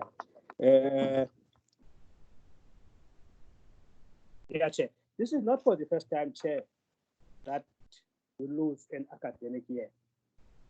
In 1977, all schools in Port Elizabeth and part of the Eastern Cape didn't write their examination because of the student uprising. In 1980, we didn't write the examination, and they had a way of managing that space because we were taught during the first quarter, then uprising emerged. And then we wrote our final examination for that particular grade in the last month of the first quarter of the following year. Now, I was listening carefully as to what do you mean by this question of losing the academic year? Are you only focusing to 2020, or are you going to extend in order to manage properly the timeline? Because if we are going to follow a process that was followed by the previous apartheid department during the uprising, then that be explained to us, because we lost 2 years of our secondary school during those times. So I'm trying to say here, can we be clear at what point we declare that this year has been nullified, or this year is not going to make it? We're not going to make it this year. And if we're not going to make it, what provision do we have going forward in dealing with this particular question? Thanks, Chair. Oh, the last one, Chair. Is there consensus between yourselves and the labor or trade unions in the sector? What is the view of the trade unions in the sector in relation to this whole intervention? Thanks, Chair. Thank you, Honourable Chair. Honourable Chair, yeah, I'm sorry. Can I just make a proposal, please, Honourable Chair? Honourable Chair, we've got less than 45 minutes left. We still got 3 reports to do, and I want to propose that we limit our honourable members to say 3 questions, 3 minutes, and not to debate their questions, because it takes a lot of time, and we, as I said, we've still got two reports to go through. We haven't got much time on our hands now at the moment. That's all. Thank you, Honourable Chair. No, you're spot on, Honourable Kutsia. Unfortunately for us, we have the last speaker now, Honourable Botha, before I also make my own comments. Honourable Chair, thank you very much. And it's good to see you, and it's good to hear you, and it's good to work in the Provincial Legislature Committee environment again. I'm not a new person. Thank you, thank you. Chair, it's clear that people are very passionate about education, and I'm sure, Chair, that you've picked up that the members are really taking education very seriously, and that is because children are very close to our hearts as parents. And I'm very proud of this committee, and I'm very proud of the members themselves, because it also indicates that they take their core function of oversight very, very seriously. And as the saying goes, no one person has got all the wisdom in the world, but a lot of heads together collectively is much better. And we see a lot of things from different angles, which the MEC and officials must appreciate, because I'm sure that they could not figure out all the questions that we have been posing today here. But coming back to the presentation, I also want to say thank you to the officials, but more specifically to school readiness. And here I want to talk to slide 7, heading 4, implementation of safe hygiene practices. And I want to go to bullet point number 4 that specifically deals with district and schools to establish COVID-19 teams. And in that, I would like to just the officials to tell me what is the terms of reference of these teams? What are they actually going to be doing? And is there funding set aside for them? And how much has been set aside? And how many people will be part of this teams or this committees? Then also I would like to go to point 6 of the same presentation slide, where it speaks to schools must be linked to local clinics for assistance. And yeah, I just want the officials to drill a bit down and give us a better understanding of what this actually entails. And as you know, the public contacts us a lot and they ask a lot of questions. So I would like to have a bit more clarity there. What is the link there? What is the roles and responsibilities of these clinics that are linked to the schools for assistance? My last point in terms of this slide, and that is point 7, that deals with the schools to bring awareness to parents, and more focusedly, and I think Honourable Mkhaga did raise the matter also regarding taxi drivers. And I do know that we are not the Department of Transport or the Portfolio Committee of Transport, but yeah, I want to try and establish, has the Department of Education given through the actual numbers to the Scholar Transport? And what is the Department of Transport saying back to education in terms of the regulations and the requirements of social distancing within the taxis? And how are we going to manage that in terms of our responsibility as the Portfolio Committee and the Department of Education to ensure that we have enough taxi drivers, that there is monitoring and compliance to social distancing and all the sanitizers and the masks that is there? It's very concerning because children will be spending quite a bit of time in those taxis. So I just want a bit more clarity and understanding there. Chair, then, just in closing, I must also add my deepest concern to the MEC's attitude and tone towards Honourable Kasim's, also putting forward questions in terms of the contract that was in question and right in the beginning.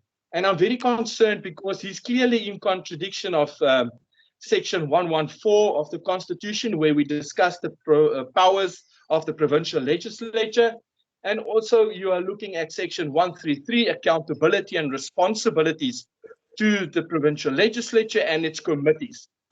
The MEC must realize we have not suspended democracy and we are not in a state of emergency. And this is not a fascist regime, hopefully not getting there.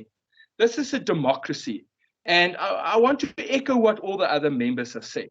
This is not how a MEC should be responding to any of the questions.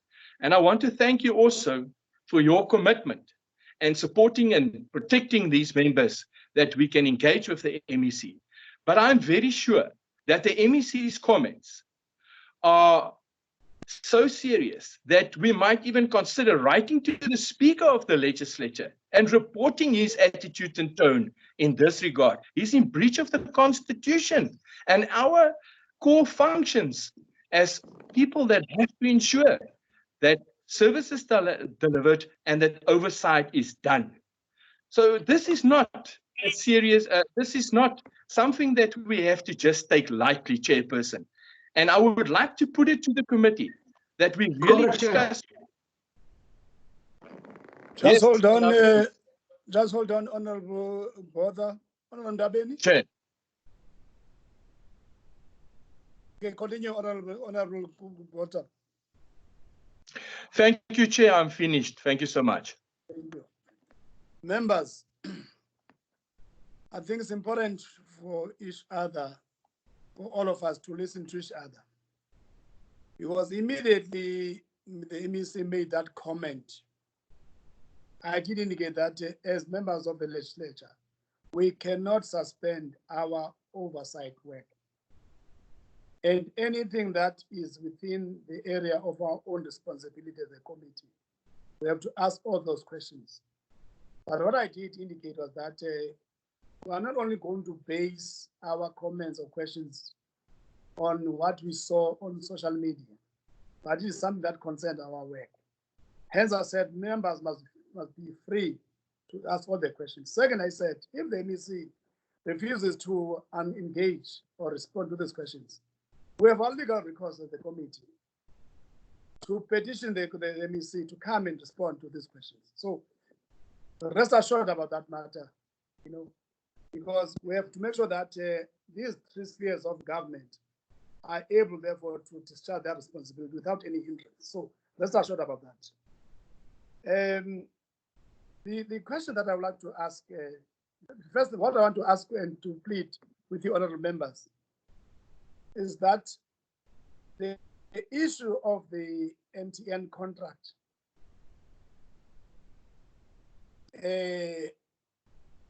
for me, it needs a special focus. Because when you look at the number of questions, when you look at the detail, something is not adding up, according to me.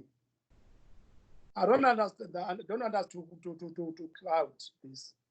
But suffice to say, for now, the department must take us into confidence as to, in terms of those instructions 8, instructions 8, 3, and 5, which is the current one, whether all they did was in compliance with that. All right. Whether even the issue of the contract was a competitive bidding.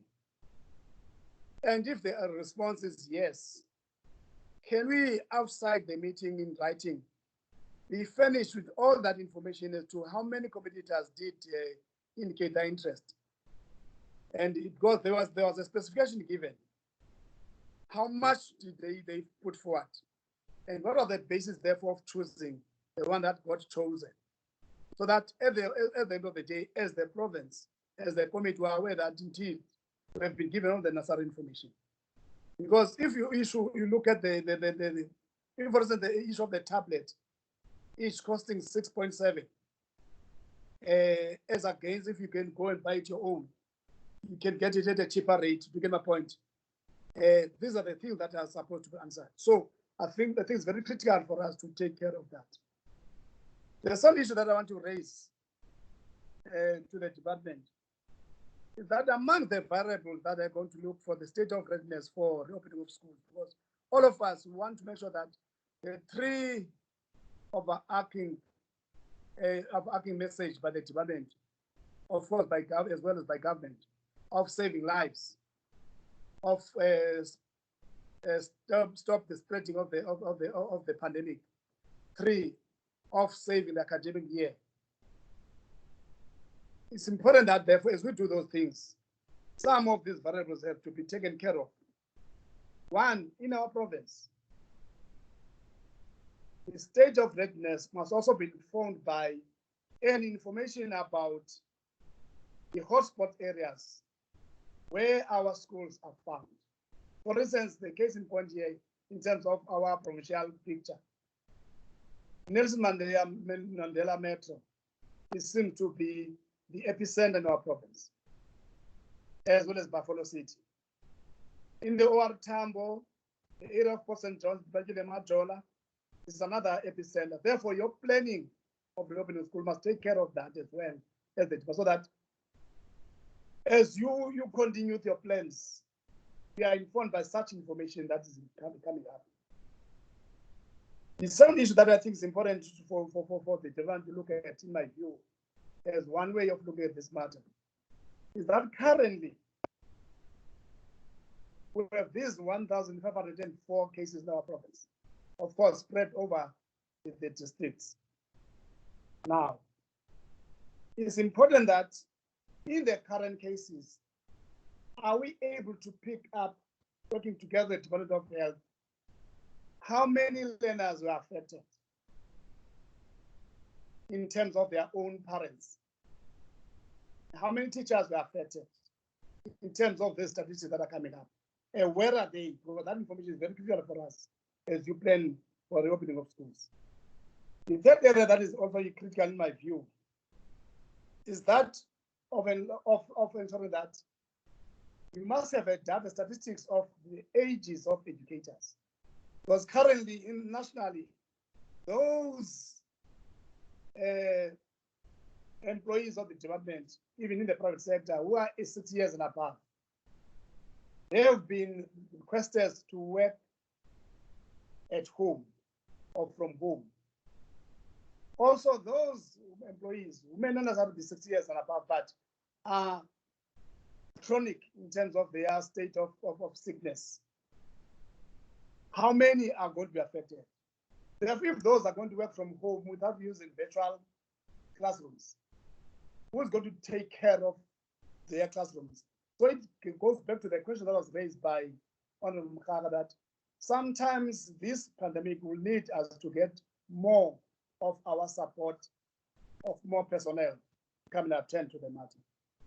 So I think it's very important that those variables must be looked at, in my view. The last thing that is also critical in my view is that the critical voice of all social partners in this work must not be overlooked. I'm happy that in our virtual meeting, we did extend an invitation to the National Association of School Governing Bodies, and I was told that Mr. Peter is representing that structure. But to what extent are these structures engaged at a district level, so that the department get the whole support, get the buy-in by all those people, so that at the end of the day, the department does not get into a challenge of being challenged, or wherein some parents will take the department to court, having said, you send my child back to school, then my child contracted, this pandemic, and therefore the department is going to be faced with, medical legal claims. So I think for me, if we can look at those matters, I think we can attend to that matter. The last issue that is also critical for me is this issue of social distancing. It's not coming up clearly. How is it going to be done? For instance, in this grades 12 and 5, in your report, you didn't get that only one school in Christian, you get it that in terms of social distance, you cannot do it. But you are not specific about what is the name of the school and what are the reasons. Are you going to provide more desks? Get my point? Are you going to get more classrooms and so forth and so on? So those details, by view, even in the other classes that we are going to face in, are very critical for now going forward. And I think what was advised by Honorable Mkhaka maybe can help the department of look at the issue of piloting first and look at the response when that piloting is done as a study case that can say to you and to everybody, indeed, we have all what we wanted to say. Lastly, maybe I missed it. In our last meeting on the 24th, we were told that PPEs were ordered and the date of delivery for these in the province was going to be the 12th of May. And I didn't get that clearly in the response. Maybe I missed when Mamukas, reported. Because all I wanted to find out was what is going to be the distribution schedule of those materials to respective schools and the preparedness of those schools to be disinfected and fumigated as a mitigating measure. We're not saying all these things are going to have zero defect, no. But at least there must be some kind of sense that we have tried to make sure that we have prepared our workplaces for the return of schools, of learners and teachers, as well as support staff. So for me, if those questions can be responded to, for now, I think it's good. But for us to get into the details of the issue of this contract, I think we need a session properly to look at that, in my view. MEC, if you are still around, can respond that are talking to you. Then Mr. Kwagati, as the head of the delegation, can respond as well. Thanks, Chairperson and members and partners and everybody that is part of the discussion on education. Firstly, Chairperson, let me agree with your understanding as a chair of the session. One, that there are areas that I think we needed to take the committee into confidence on documentation rather than spending more time on them, primarily because of the time constraints that we have. One is the issue around the contract. Probably we needed just to make a write-up report on the aspects relating to the contract.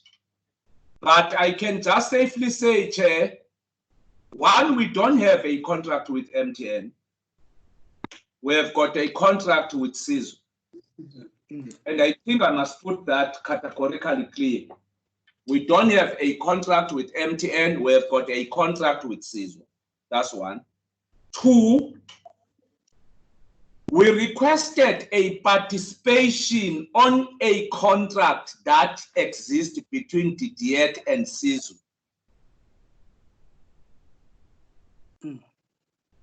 And by extension means from the supply chain management processes.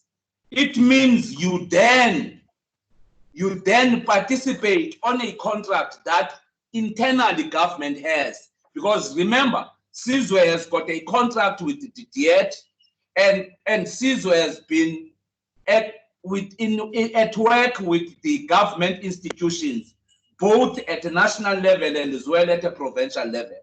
So that's key areas that I think constitute a discussion moving forward when we have given you the proceedings of that particular contract. Three, we have made a comparison study so as to inform the decision that has been made on the basis of the very same contract. Safe to say as well, using the supply chain management processes. Hence, I was saying it will be important that we engage from a procurement process that informs how government behaves and does business of government with any service provider. So that singamki nomkhiba because basimka nomkhiba kuzoba khona ingxaki. We might end up liquidating government procurement processes on the basis of umkhiba that is there. That was my argument. I never said that I'm not going to engage the portfolio committee. But what I'm saying is, you can't then subject government on matters that have got nothing to do with the legislations and frameworks of government. Because that has got far-reaching implications in terms of governments and protocols of government. That was where my argument was. Never said that we are not going to engage the committee on that.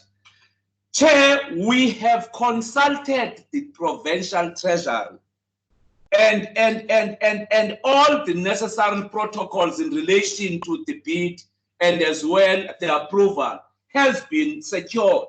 Hence, I am then saying probably we just needed to make the copy of this discussion available for you.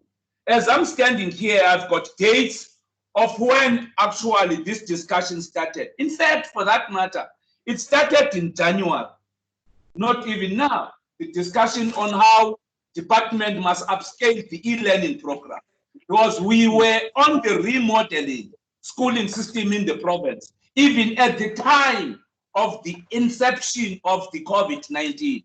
So in a way, it's no neither here nor there, whether we responded on the basis of COVID-19 or we were on the plans. Hence, I'm saying it's a matter that is comprehensively. Hence, I'm saying to you as well, Chair, we started the discussion on this matter as far back as on the 16th of January, 2020. So there was no COVID outbreak at that time.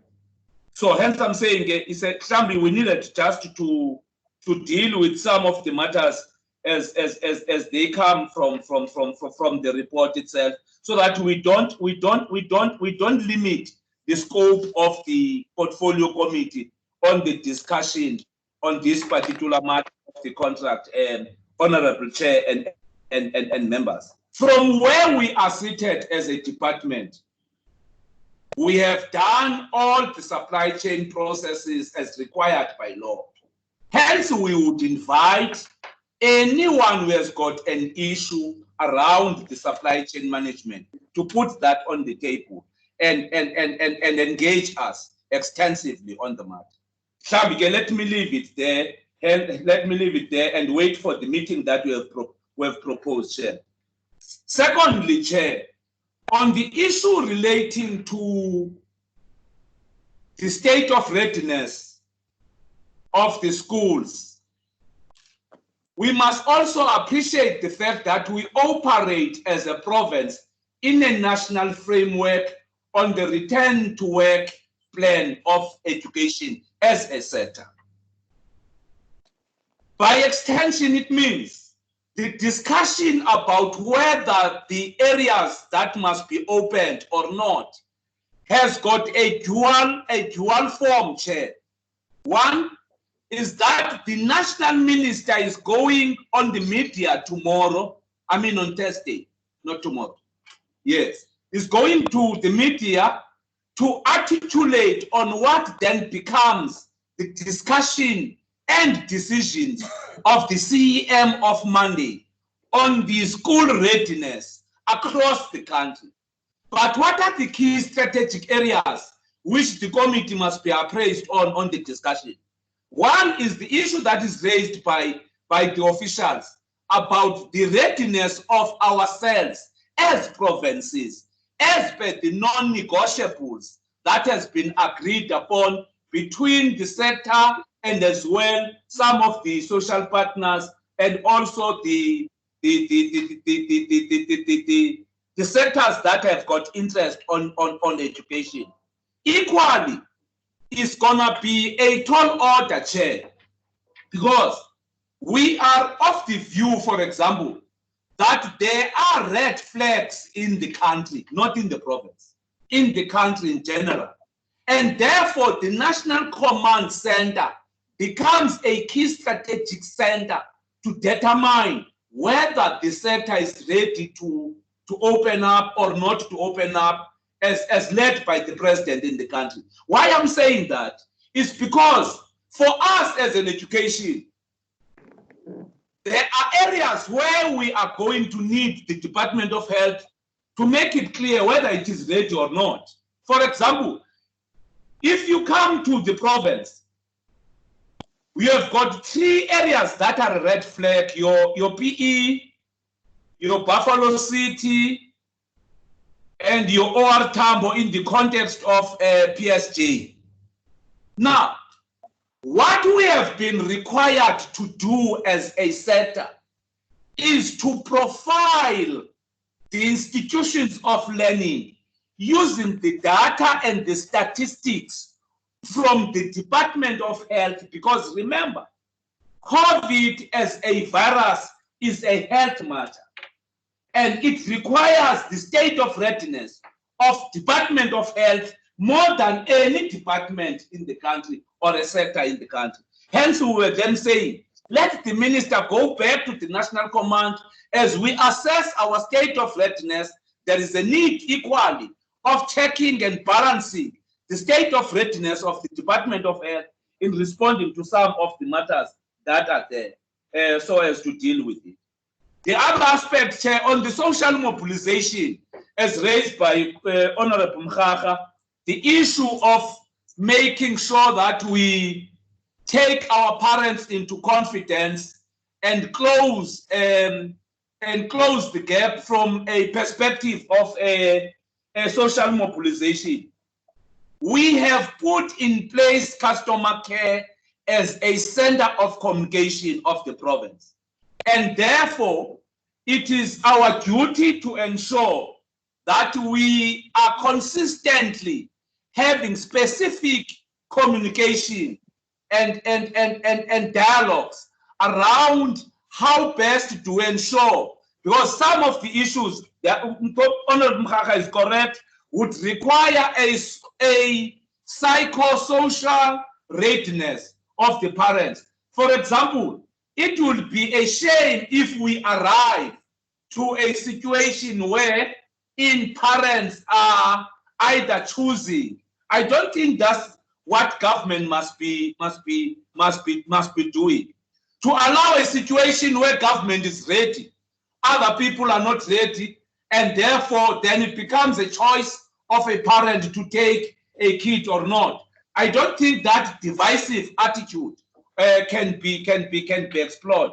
But safe to say, the customer care services is consistently updating the reports as they come from the PDC, and as well engage all the inquiries that are there.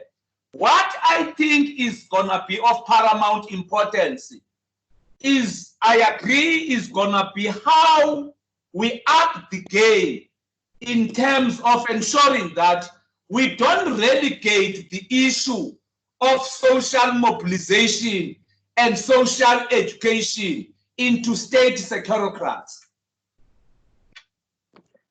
I think that's not a function of the Department of Education, but rather a function of all of us as organs of civil society in general. Because remember, if for people to be told that they must not go to a funeral, and therefore police must come and tell them that, in essence, it means we cease to exist as people that must educate people from time to time. And that might have a bearing moving forward, that the government itself is incapable of talking to the people, rather use law enforcement agencies to communicate with people. So that's why I'm saying it's quite a comprehensive discussion and a debate that would have to find a way on how to deal with some of the matters. Lastly, Chair, from my side, and allow the officials to come back on the PPEs, Honorable Chair. Again and again and again, we have taken a decision to decentralize the procurement of the PPEs on the basis of the bad experience that we have. That of a centralized model of PPEs at a national treasurer, only to find that last week, they are not ready to procure these PPEs across the country.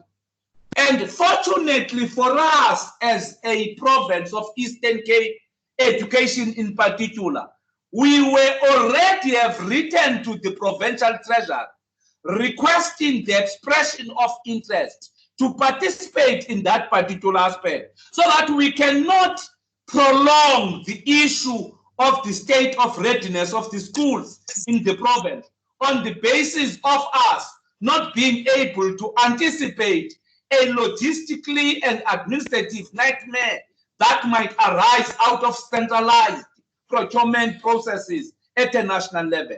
Hence, I'm then saying we have put in place a program, but of course, it is going to delay us. Let me confess on that one. It is going to delay us because it tampers with the plan that the officials and ourselves have put in place in terms of the province. Because remember, once the National Treasurer is not ready to deliver on the 12th as agreed, it means now we must revisit the plan on the basis that we were starting another plan of procurement of the PPEs in the province. But safely to say, we are closing that tender today, and they would expect us to finish up that process towards the end of the week. But I can confidently say, Chair and the members, bad as it is, that nightmare that we happen to get from the National Treasury, it is good for the provincial local economies because the department has been able to decentralize that procurement process so that we respond to the local economies and be able to appreciate that out of the COVID, we can as well have some lessons that economically can be spin-offs for the people of the province, in as much as it is going to delay the reopening of the schools as anticipated previously. And I can agree also, Chair, that it is quite important equally that we don't undermine the fact that there are SMEs in the province that have got capacity to service the departments across the provincial space on some of the components of the PPEs. Hence, I think it was a wiser move from the provincial department in education to take that strategic detour from the mess that we're experiencing from the centralized contract on the PPEs. Let me then leave it there, Honorable Chair, then and hand it over to DDG. Thank you, Honorable MSc. Chair, are you still there? Yes. Chair, just by the nature of the categories of some of your questions, you're already moving into issues of infrastructure, issues of scholar transport, and all of those are items that are going to be presented here. So I was going to suggest that we rather not touch those that are already up on the agenda for discussion. I know colleagues, when they present, they will also take into account those questions that were raised by members on those specific areas. I'm talking about infrastructure, scholar transport, HR-related matters. Then the second issue, Chair, is that two presentations that were made, Umabukese on finances and expenditure on COVID, and Dr. Mugu on school readiness. There's quite a number of issues that were raised, Chair, but we will stick to issues that need clarity. We will not go into opinions, whether we feel or not, but just on where we are with the process and what we're doing with it. Chair, the first one is communication. Since the advent of COVID-19, we've had a constant communication with all stakeholders. And up until now, we have more than 15 instruction notes that we've issued as a department to all our stakeholders in terms of giving direction. So since the president announced schools closed on the 18th of March, we were then expected to lead as a province to give guidance to parents, to give guidance to SGBs, to give guidance to social partners. We have done that. So social partners with us here today in this meeting can bear testimony to that, Chair, that in all our meetings, we have consultations with them. And I should think so far, we're the only province in the whole of South Africa that is able to rope in social partners the way we are doing in terms of information sharing. So it is also with all SGP formations. As game, I can mention all of them. They are part and parcel of this information sharing. So by the way of communication, there is absolutely no stone that we have left unturned around communication. So it's one area that we have really tried to really close up, you know, in the most acute way possible, if you want to say so. Then the second area, Chair, as NSC has said, the implications are, if your schools are not ready, it's going to be very difficult for children to return back to schools. With all the procurement jigsaws that we've gone through with National Treasury, we had to issue an instruction note that gives instruction to all school principals on what are the time frames that we're expecting to observe as a department, given the disappointment that we've gone through. So if you go through that instruction 15, that's where we've made all the amendments and we've made recommendations on the return back to school.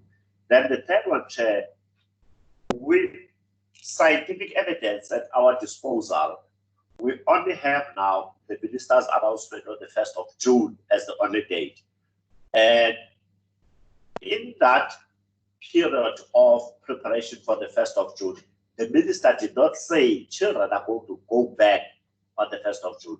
The minister said she will advise cabinet that we are proposing the 1st of June, but only cabinet can issue a date of return of children to school based on whatever formula. Currently, on proposal is grade 12 and grade 7, and will depend on the national process in terms of that date.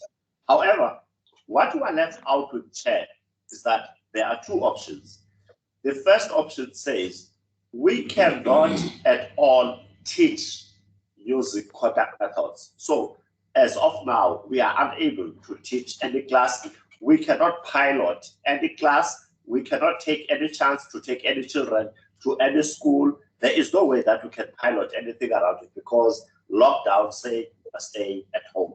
So there was not even a chance that we could look at possibilities of using children to pilot in a classroom environment or in a school environment. So what just on that, Mr. Kwagati, this was the proposal that was saying when lockdown, the issue of stay at home has been lifted as part of your test case. This is one option that you can consider. I don't think the proposal was saying you must do it now. Okay. Yeah, I can continue then. Thank you, Chairman. Problem, Chair, just to say, as of now, we're left with only two options. The first one is the virtual learning dimension, where we came to present to the committee that we're looking at broadcast solutions, we're looking at digital platforms, we're looking at a whole range of platforms that we're exploring. And what we tabled to the committee was the fact that for the poor of the poorest, access to data and access to technology is the big problem. And that is the context of our IT interventions and IT process, as we had tabled in our last meeting, that this is where we see grade 12 meeting us halfway in terms of allowing them to access information that will be available. Then the second one is we're working on a home-based schooling model where if we are not succeeding in getting bigger numbers back to schools, we must live with the reality that we must give guidance to parents at home, which is what we are busy with now, looking at the primary schooling sector and also looking at between grades 10 and grade 11, where we can look at how we support children at home. We have loaded all our information and we have loaded all our lessons in our curriculum website.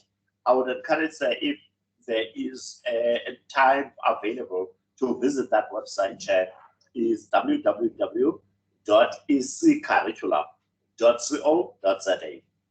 This is where we've loaded all the curriculum material that is relevant for cross subjects, across grades, that we are ready to take to our parents. So as Honorable Kasim was indicating a model, we're already working on that model where we really want to take teaching lessons and guidance to parents at home.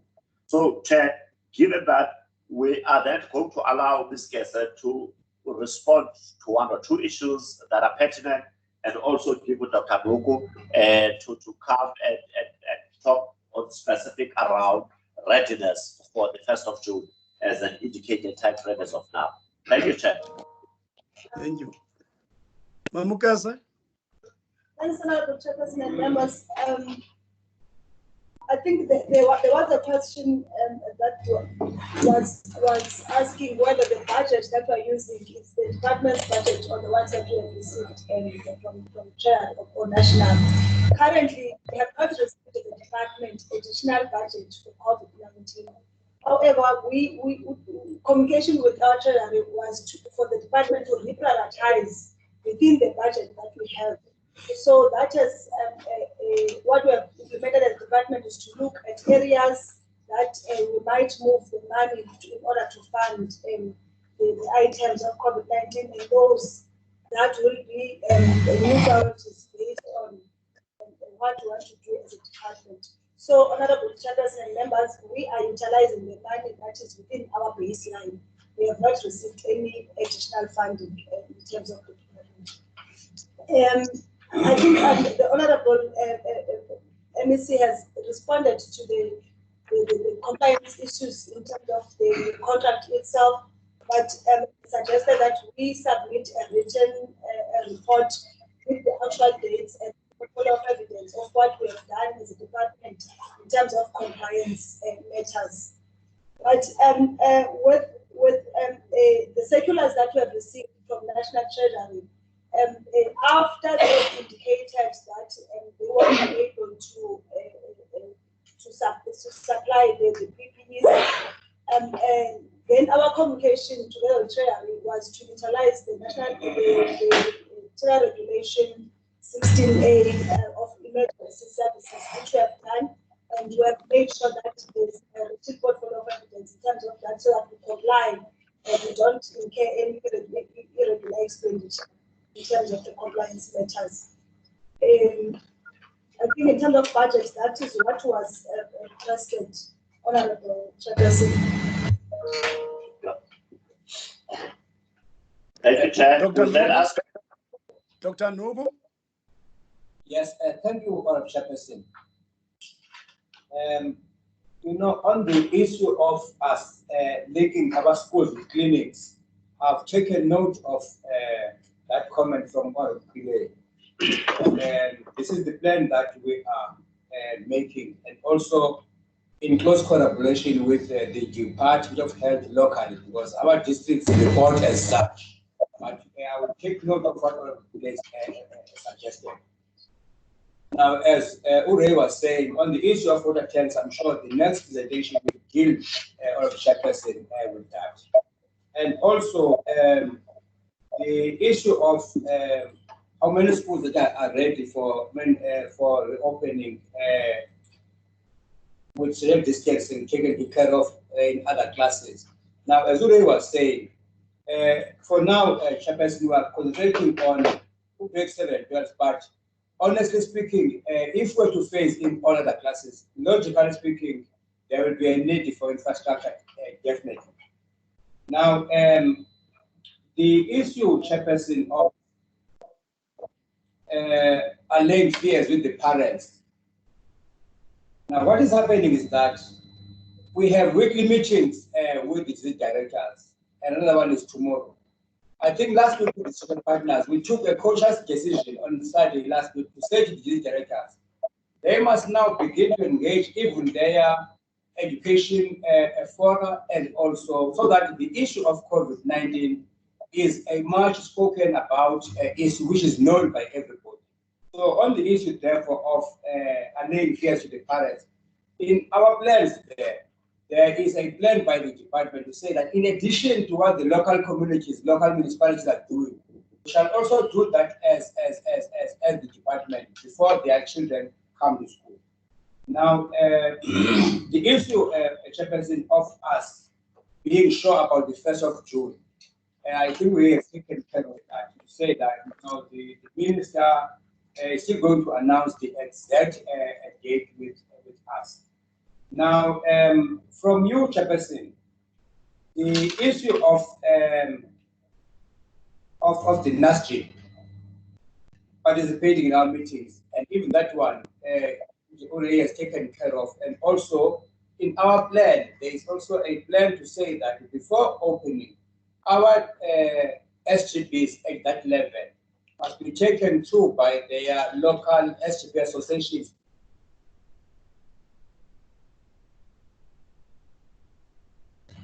I think I've captured those, Chairperson, but insofar as our communication with the local people, our directors, as we have these weekly meetings, they are always cautioned about this, and they also give us reports that they participate in the local COVID-19 structures, you know, in municipalities and in other fora at district level. Now, Chairperson, lastly, let me also indicate that, as I indicated when I was making my presentation, now as we are preparing, you know, each and every day we keep on having developments, and then as we have developments, we adjust our plans as such, so that we actually ensure that we make ourselves more and more ready. Thank you so much, Chairperson. Thank you, Chair. Now, you remember I raised a matter about the two documents that were sent to us by Chandel, and I gave you a chance to look at that. Of concern is that issue that is affecting special schools, because in terms of this program, there's none that talks to that, because they present different conditions of situation, and that so I'm not sure that now that I've said you must find a way of looking at that, whether you can confirm that document can be used by us or not in our engagement with you as the department. Can you confirm that? Thank you, Chair. It's documentation that was requested by the committee after our meeting. You remember our first call meeting? You requested that we give you those two documents. Then we requested the Office of the SG to forward those two documents to your office. For purposes of this meeting, I think the first one has been dealt with, the ICT one. Yes, yeah, I've seen that. Okay, fine, no. Okay. Chair. Okay. No, I'm clear now. Okay. Okay, that is enough. Then based on those documents. Honorable Chair. We requested the team from special schools or inclusive education to join us as part of this meeting in case somebody needs clarity around special schools, although they are not specifically on the agenda. We're preparing for that eventuality, Chair. Thank you, Chair. Okay. All right. Chair. What we're gonna do, hold on, Honorable Kasim, I'm coming back to you. What we're gonna do is that in the presentation to come, I will allow members therefore to ask questions based on that presentation, you know, on that information concerning special schools. All right, so that we can be able therefore to lay everything to rest, because we don't want to assume that this is what we want to say. As such, you are not going to present it now, because we do have information. I can say that in terms of the slides, we have something that you have prepared here to be presented by Dr. Ndude. But for now, we don't have that now. But what we're going to do, we're going to ask questions based on this that we have. Honorable Kasim. Chairs, I know that we are short on time, so most probably we won't be able to delve into which questions were not answered of our questions. Can I make a request that the recording of this meeting, it is available, I've checked with the IT people, that the department go through those questions and see the questions that were not responded to, fully responded to, and that they can respond to us in writing, maybe within 24 hours or something like that. Yeah, that was one to form my summary and my way forward in regards to those questions, because in my short analysis, just only 60% of the questions were answered. We have an outstanding 40% of the questions that were asked. Therefore, as part of way forward, I'm going to indicate that one. Mr. Jogati, DDG, give Thank you, us Chair. presenters for the other items that are outstanding, that is infrastructure, water transport, non-teaching staff, and municipal services. We'll take them as they follow each other. Mr. Pefole is the first one on the floor. Can we load it, gentlemen? Upload it.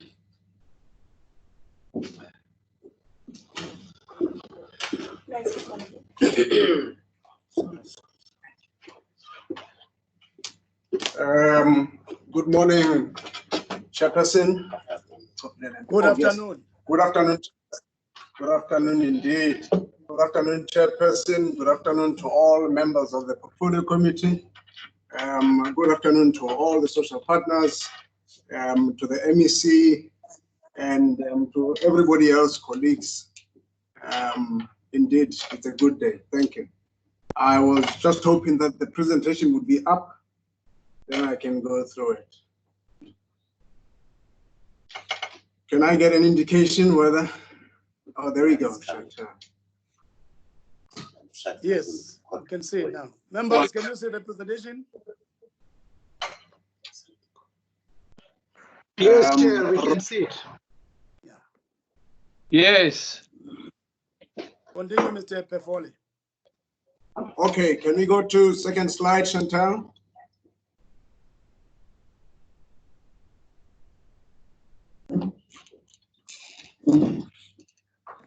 Honorable Chair speaking. I can't see no presentation. It's coming. Can you make sure that Honorable Chair is able to have his own presentation? Chair? In the meantime, Chair, continue, can I just Mr. ask? Pefole. Chair? Yes, Honorable Kasim. Chair, was this presentation emailed to us? Because I've got 4 presentations that were emailed to us, but this one, I don't have it. Okay, thank you very much. The presentation is up on your screens right now. Chair? Just hold on, Mr. Pefole. There's a question because also myself, I don't have this one. But let's just allow him to present, then see whether is this an updated one or not.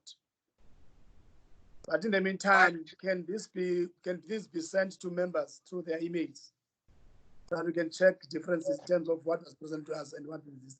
Because I did ask the department to update us, give us an updated presentation. Because remember, this one that we have was prepared for the meeting that was to be held on the 18th of March, if you still recall, members. And I said then we need to get an updated one for today's meeting.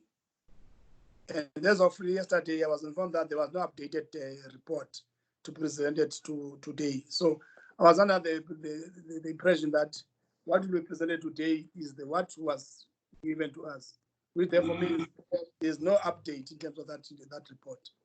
But can I check with you, Mr. Pefole, have you sent this report to us, the one that you're about to present? Thank you, Honorable Chair. This presentation was sent to I believe, to Ms. Daniels by Chantal, and it should be in the possession of the committee as a result. When was it sent? I'm not sure if Chantal can hear, but I know that the final presentation was completed around 10 p.m. last night, so it should have been sent there and then. Okay, just hold Honorable on. Chair. Honorable Chair. Just hold on. This is Mandy. Ms. Daniels. Hi, Chair. Did you get this report from infrastructure study? No, Chair, I was told that the report was sent to SG for final verification. As a matter of rule, members, we always, request the demand to send us information in advance, and at least later to be 48 hours for reports of this nature. Because we don't want to engage on a report that we have not find time to study. As such, I want to move that let's put this report in abeyance for now, and let's make sure that everybody has been given this report. What we are going to do is that after having read the report, inclusive of the questions that we already have from the previous report that was sent to us, we're going to send questions to the department for it to respond in writing on these matters. So for now, let's just indicate it's only just been brought to our attention now. We'll find time to study it and then interacting with it, then respond by writing our questions to the department to respond in writing. That is my proposal dealing with this part of the report. Are we in agreement, members, with that? Agreed, Chair. Yes, thank you. The next report, transport. Honorable Chair. Yes. Chair. Honorable Mukaka. No, Chair, in principle, I agree with the difference of this report. But my legal challenge is that this report was going to assist us in terms of the state of readiness of schools. I'm worried, I'm not aware of the next lot for us as a committee to meet. But I thought that infrastructure is very critical to us when we're going to see whether schools are ready or not. But I'm not sure now because writing, it's wrong for the department to send the report overnight. It's very wrong, you know. But the issue here for me is that how are we going to understand the crisis here is around infrastructure, that the schools are ready in terms of infrastructure. Now I'm just in that dilemma, Chair, just in that dilemma. Otherwise, for me, Honorable Mukaka, I don't understand our rules and how we operate because we're going to be inconsistent. What we can do is to talk to the chair of chairs to give us an early slot to do this report properly. Maybe sometime next week. I haven't checked the program for next week, but you might request a slot next week so that we can attend to this matter immediately. Because I want members to have enough time to look at the report, critique it properly. So that is what I'm going to try to do to that. It is, if by next week we can find a slot just to deal with these outstanding matters, I think I'll be happy. Otherwise, my worry is that if we're gonna engage a report that was just being sent to us now, I don't think we'll do justice. Hence, I've moved that let's take it as having table, but for his engagement, what I want to indicate to you that your latter part is to say not only through writing questions. Let's find a way of interrogating the report with the department. Let's find a way whether or not we can't find a slot to deal with this report. No, fine. No, fine, Chair. Thank you. Mr. Chokati, give us the next report. Scholar transport. Thank you, Scholar transport. Uma Mufutshane is going to present on scholar transport. Once again, can I check members, did you get this report yesterday? That's Uma Mufutshane, Scott. We have not received this report. We did not receive the report. We didn't receive the report. Come again? We did not receive the report. Honorable Pillay did not receive it. Who else? Neither did I. Honorable Kasi did not receive it.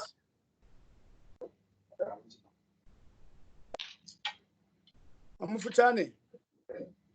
Yes, Honorable Chairperson.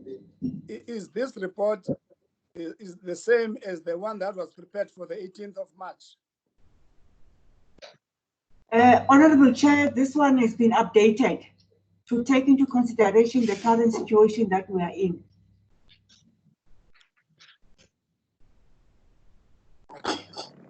This Monday. Just hold on, Mamun Fushani. This Monday.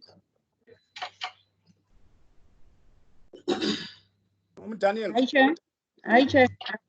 Was this report, the updated report, received? I received 4 reports last night, Chair. Hello. So And I sent. did you circulate to members? Yes, Chair. But This is not one of those 4 reports. This is not one of those 4 reports. Honorable Chair. Honorable Chair. I think this is not part of that 4 reports. It was something else which was sent. This one particular, I mean, the Portfolio Committee on Education and Scholar Transport has never been sent to us.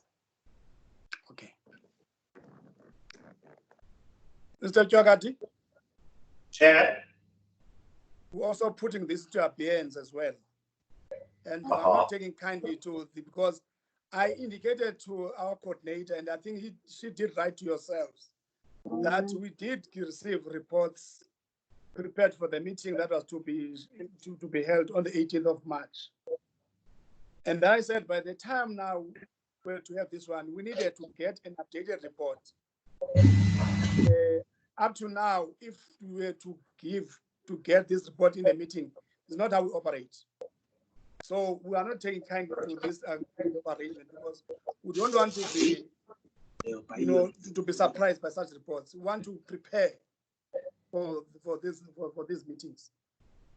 Can you just get an indication that for the other 2 outstanding reports on the non-teaching staff as well as my comments are have you sent this document to us? Chair? Yes. Chairperson? Yes, MEC. Yeah, it's God. No, I'm checking, Chair. I'm checking whether this last report is not part of the reports that have been sent, because from where I'm seated, it appears that it has been sent earlier on. Is part of the circulated documents to the members. On scholar transport? Yes. Yes, Chair. But members are saying they did not receive. Also, I want to check with our coordinator. Because what I know, yesterday I did not receive any updated report. All I have is the one that was prepared for the 18th of March. This one that is updated, I don't have it. And I'm supposed to be the first one to receive reports. I don't have it with me. Chair? Yeah, the 4 reports that were received, it was the finance report, it was the school readiness, it was resources in preparation for reopening of schools, and it was the HRM&D presentation. This one is not part of those 4 that was received. Yeah. Once again, report that has been received. Because I'm the chairperson, I'm supposed to be having these reports, and I don't have it. We are going to put this one again in abeyance for an urgent meeting that we're going to have next week. All right? Let's get to the next one. Thank you, Chair. Let's take the human resources, Chair. Thank you. Who's your presenter?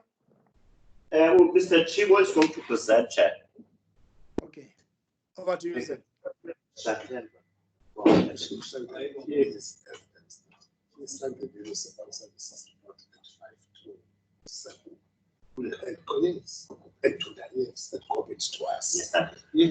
Whilst you are preparing your members, is there any member that goes to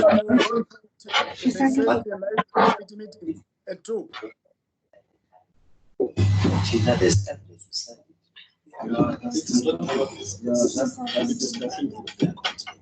I'll let that member to write on the chat box. So there's a meeting at 2 for Save the Lives in. So if there's a member that is also part of that meeting, you can indicate. First chance to speak. We accept the ruling that you've made, but we are going to provide you with evidence of when were the documents sent to your offices. Because we have emails and everything to demonstrate that we sent them the latest yesterday, anticipating that we might have to read them overnight. So that leads to to infrastructure, scholar transport, as well as the others that were mentioned there. It's the same batch, Chair, that was sent to everybody. Thank you, Chair. It's okay, it's okay. So if the mistake is on the other side, we'll indicate. But as I was saying, as the chairperson, I don't have these documents. Yeah. So I can't allow them for, yeah. Then we'll correct each other then. Thank you, Chair. Thank you, Chair. Mr. Chiba? Thanks, DDG. Good afternoon, Honorable Chair, honorable members, MEC. Yes, Chair. Yeah, audible. Yes, Chair. Then I'm starting with this presentation on the non-teaching staff in schools. Can we move to the next slide? Who's controlling the? Chantel, are you the one who's controlling the presentation for me? We've got the content page. You can continue the next to the next slide. Thanks, Chair. Chantel, move to the next slide. Yes, we're on slide 3 now. Mr. Chibu, we're on slide 3. Yes, Chantel. Slide 3. Let me read from my own slides. Okay. We're on slide 3 now, Mr. We're on slide 3 now. Yes, thanks, Chair. On slide 3, Chair, I'm just indicating the challenges that we are having in terms of provision of support staff in ordinary schools. Because of those challenges, principals are expected to do administrative work, maintenance of schools, because we don't have a support staff. There's lack of safety and safety mechanism in our schools because of lack of provision of security. These are as a result of non-availability to fund support staff support staff posts in schools. Next slide. In the next slide, slide 4, we're indicating the budget split as it's supposed to hold within the department. From the overall budget of the department, 80% is supposed to go for COE, 20% for goods and services. And then from that 80% that goes for COE, 85% is supposed to go to educators, and then 15% is supposed to go to non-teaching staff. But the current status now of that 80% that I've alluded to, now is we're standing at 89.6% that is utilized for educators, and then 10.4% utilized for non-teaching staff. Hence, we are having this shortfall in terms of provision of non-teaching staff in our schools. In slide 5, Chair, I'm just slide 5, yes. I'm showing the budget in terms of the actual amount for that 10.6%. We are getting 1.7 billion to allocate in non-teaching staff. That amount, that 1.7 billion, is supposed to afford us 6,873 non-teaching staff in schools. But currently in the system, we're having 7,084 educators, non-teaching staff members in the system. And that would show us that we are overspending in that space. Next slide. On slide 6, we are just showing in those 3 columns there the number of schools within admin clerks, the number of schools with cleaners, and the number of schools with security guards. For the administration clerks, we've got 2,020 schools that don't have admin clerk. We have 3,230 schools with the administration clerks. On the second column for cleaners, we have 4,341 schools that don't have any cleaner or general worker. Then we have only 909 schools that have cleaners or general workers. Security guards, we have 4,716 schools that don't have security personnel, and then only 534 schools that have security guards. Now, on the following slide, slide number 7, as a department, because we don't have norms and standards for the provisioning of non-teaching staff in schools throughout the sector. And then as a province, we have developed our own. And then in that, what we have proposed now is still a proposal that is going for the head of department for approval to consider and approve if we are going to have funds to fill this post. Our proposals are, as indicated there, for primary schools, a school with 5 teachers with 135 learners to 200 to provide one admin clerk and then one caretaker, then that school will qualify for 3. I'm not going to go through that. You can pass this one because you can see you can pass this one. Okay. The second one, the next one is for secondary schools, Chair, is the same for secondary schools as well as the allocation that we are proposing for secondary schools. In slide 9, Chair, we are showing the financial implications in terms of this proposal that we have done in the previous 2 slides. For administration plans would need a total of 5,307 posts, so that all those our proposals that we have indicated in the previous slides are catered for. With that, the budget that will require for that is 980 million. Then for general assistance, we need 11,633 posts. For caretakers, we need 4,099 posts. The total amount for that, total posts that we are requesting in terms of that is 21,039, with a total budget of 2.9 million. But we already have that 7,089 post home bodies that we're having in the system, and then that amount, that 7,084 is costing us 1.7 billion. Then that would mean from that 2.9 million, we are taking out that 1.7 million because we already have those ones. But the outstanding number now, 15,732, we need 1.1 billion to ensure that all our schools are staffed accordingly. Yeah. Next slide. In the next slide, Chair, we are just showing the grants that we are getting from the Department of Public Works for EPWP program. From Public Works, we are getting 29.1 million, and then that money, in terms of the allocations that we got from Public Works, we're supposed to use 24.3 million for COE, 243 million for UIF, and then 4.5 million for goods and services. Then the following slides are showing the splits in terms of how did we allocate that.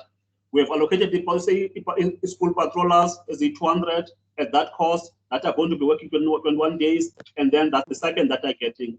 And then in that slide, we're showing all those categories, the number of participants, the amount, the budget in terms of that, the number of days that they are working, and then the stipend that they are getting. And then this slide is the continuation of the previous one. Then that's it. On the next grant that we are getting is also grant from Public Works, and that grant is only for special schools. And then that grant it's 4.7 million.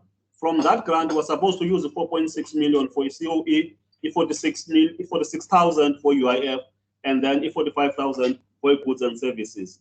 Then that's the split in terms of what we are doing there. In National Youth Services, we have appointed 152 at that cost, and then they are working 22 days. The stipend sabo is 2,800, and then the maintenance officers, we've got only 3, and then they are subject sabo.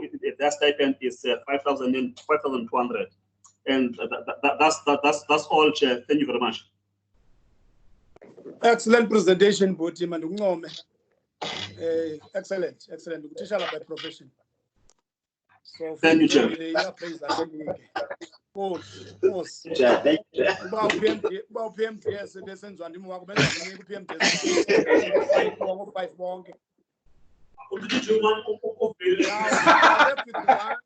Municipal services now.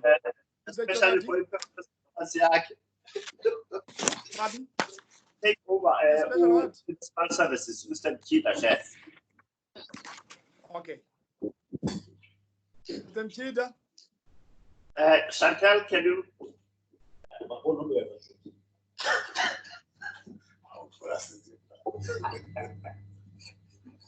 Thank you so much, Honorable Chair, Honorable members, our social partners, MEs, colleagues. Good afternoon. Afternoon. Chair, the brief was that the honorable members wanted to be briefed on the municipal services in the department. but we have actually included some additional information on the transfers to schools generally, which is the resources. But our emphasis will be to address what was actually required. The next slide, Honorable Chair. Next slide, Shadel. Oh, okay. Then I'm reading from mine, Chair. All right. I am in slide number 2, wherein I'm just showing the outline that I'll briefly speak to the 2019-2020 processes. The relevance of that, honorable members, is the fact that the outcry there that we have not paid municipal services arises out of that financial year. But then I will also briefly tell the honorable members what the department is doing in order to address the first part, but also the last part, just to brief them on what our approach is in this current financial year. Next slide. In the next slide, honorable members. Okay.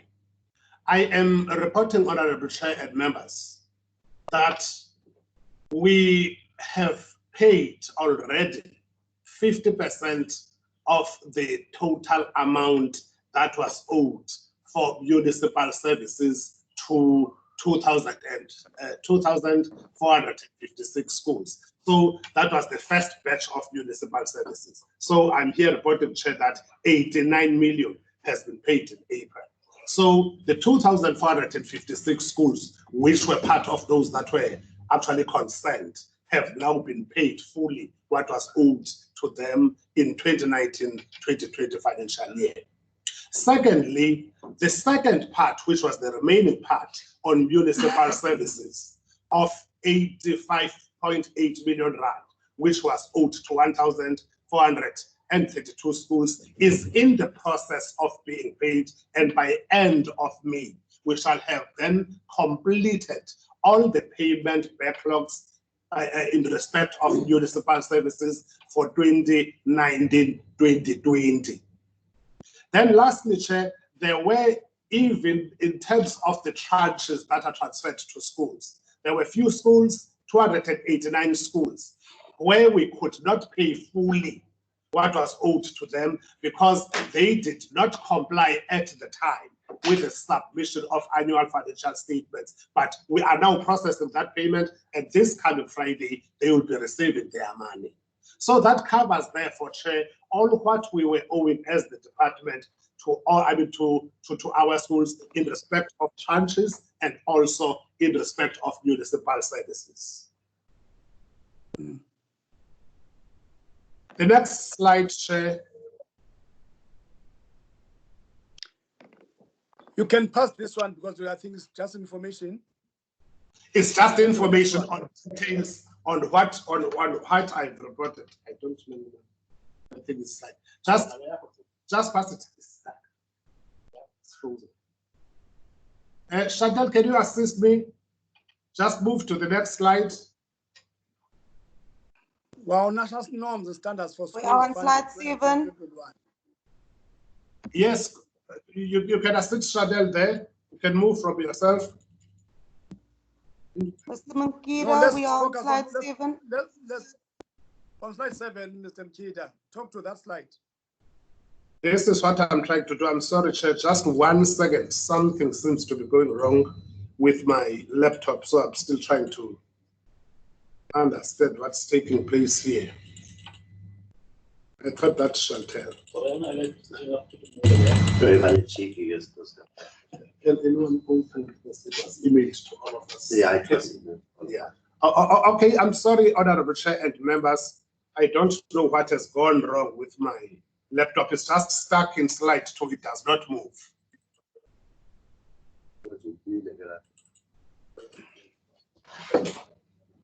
Clear resources there. Yes, resources. Yeah. Somebody is helping me, Honorable Chair. I know, you are one of the BBTs born before technology. But I'm there now, Chair. Yes. Okay. Honorable Chair, I'm now in slide number 7. We are just briefing the committee there on the current processes, that the monies for schools, which is regulated within the policy of norms and standards for school funding, for school funding, is basically divided according to those items: LTSM, consumables, maintenance, municipal services, lease, and cash payment. We are indicating there the allocations per item. That for LTSM, we put aside 5% and so on and so on. But what is important is that slide on mode of provision, Honorable Chair and members, to say that LTSM is centralized with us at head office. Consumables is what we transfer to schools. Maintenance is what is transferred to schools. Municipal services, Honorable Chair, is also going to be centralized with effect from, in fact, it has been centralized already. I mean, decentralized, because we transfer it to schools. And then lease is centralized, cash payment is also decentralized.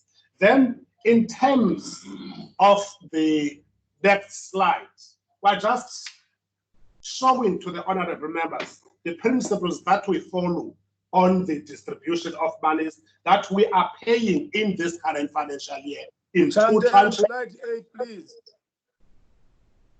I'm in slide 8, Chantel. Yes, continue. We are paying in two tranches. We are transferring in May and October. And I'm happy to report, honorable chair and members, that the first transfer of May will be in the school's account a day after tomorrow, which is Friday.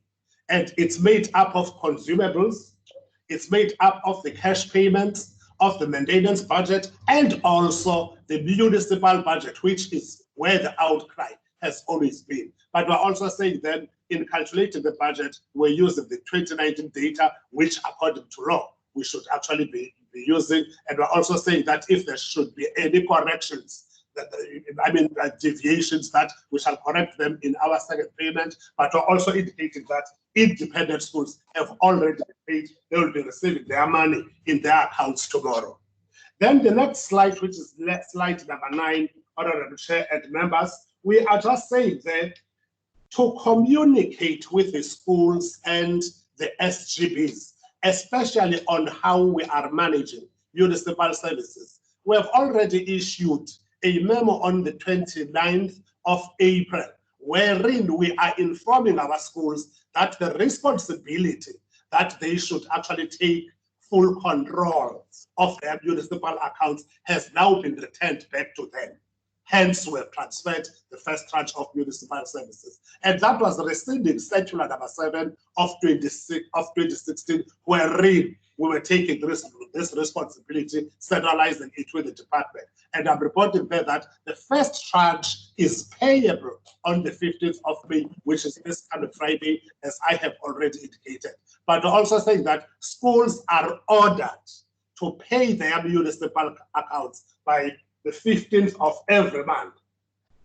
The next slide, Chair, which is slide 10, which is also in terms of figures, confirming what I'm saying, is actually indicating that the first tranche, which is 731 million rand, if you can just go to the 5th column, 1, 2, 3, 4, the 6th column. The first tranche, because this is how we have planned to transfer the norms and standards money, that the first tranche of 731 million is this that I refer to, that it is in the school's account this coming Friday. Then the last tranche, which will be transferred in October, is that 509 million, which will be transferred in October. Then the next slide, Chair, is almost repeating this, but showing it from another dimension. Slide 10. Then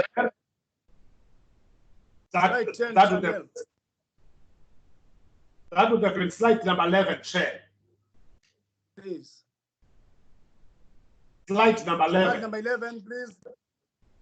Because slide number 11 is also just to show the members that this 731 million that has been transferred to school is made up of 10% cash payment, is made up of 50% of consumables, is made up of 50% of municipal services, and also made up of 50% of maintenance budget. And it all works out to 731 million.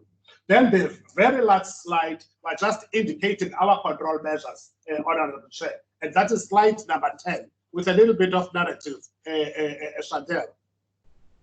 Wherein we are then saying that our responsibility in a nutshell as a department now will be to focus on ensuring that we are setting up systems to ensure that we assist schools to manage, to control, to spend, and to comply in all their transactions with the regulations of the South African Schools Act together with the Finance Management Act. And that we shall be doing through ensuring that at circuit level, the circuit manager must ensure that there is monthly reporting on the utilization of budget every month by each school principal in what we call the circuit FinComs and the district FinComs. So in a nutshell, Chair, this is what this presentation is actually addressing. Thank you so much. Thank you, Mr. Mcheda. Not bad at all. But the issue of BPT is dealt with you. Thank you, Chair. As well. That was the Members, can we engage now with these last reports? And time now is 1:45. Just by 2 o'clock, we must be out of this meeting. We have extended by an hour. Can I get an indication of those members who would like to speak? Honorable Chair, not me. On my chat box, I don't have anybody. Honorable Pillay. Yeah. Kaka. Mukafa. Who else?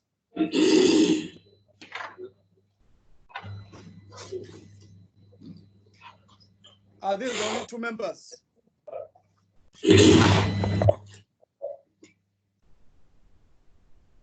Going once, going twice. Oh, the third one. Honorable Pillay, the floor is yours. Thank you, Honorable Chair. I think Mr. Chibo has presented a very brief, nice report. But I just want to raise that, when Mr. Jogadi was saying that the department is more keen about the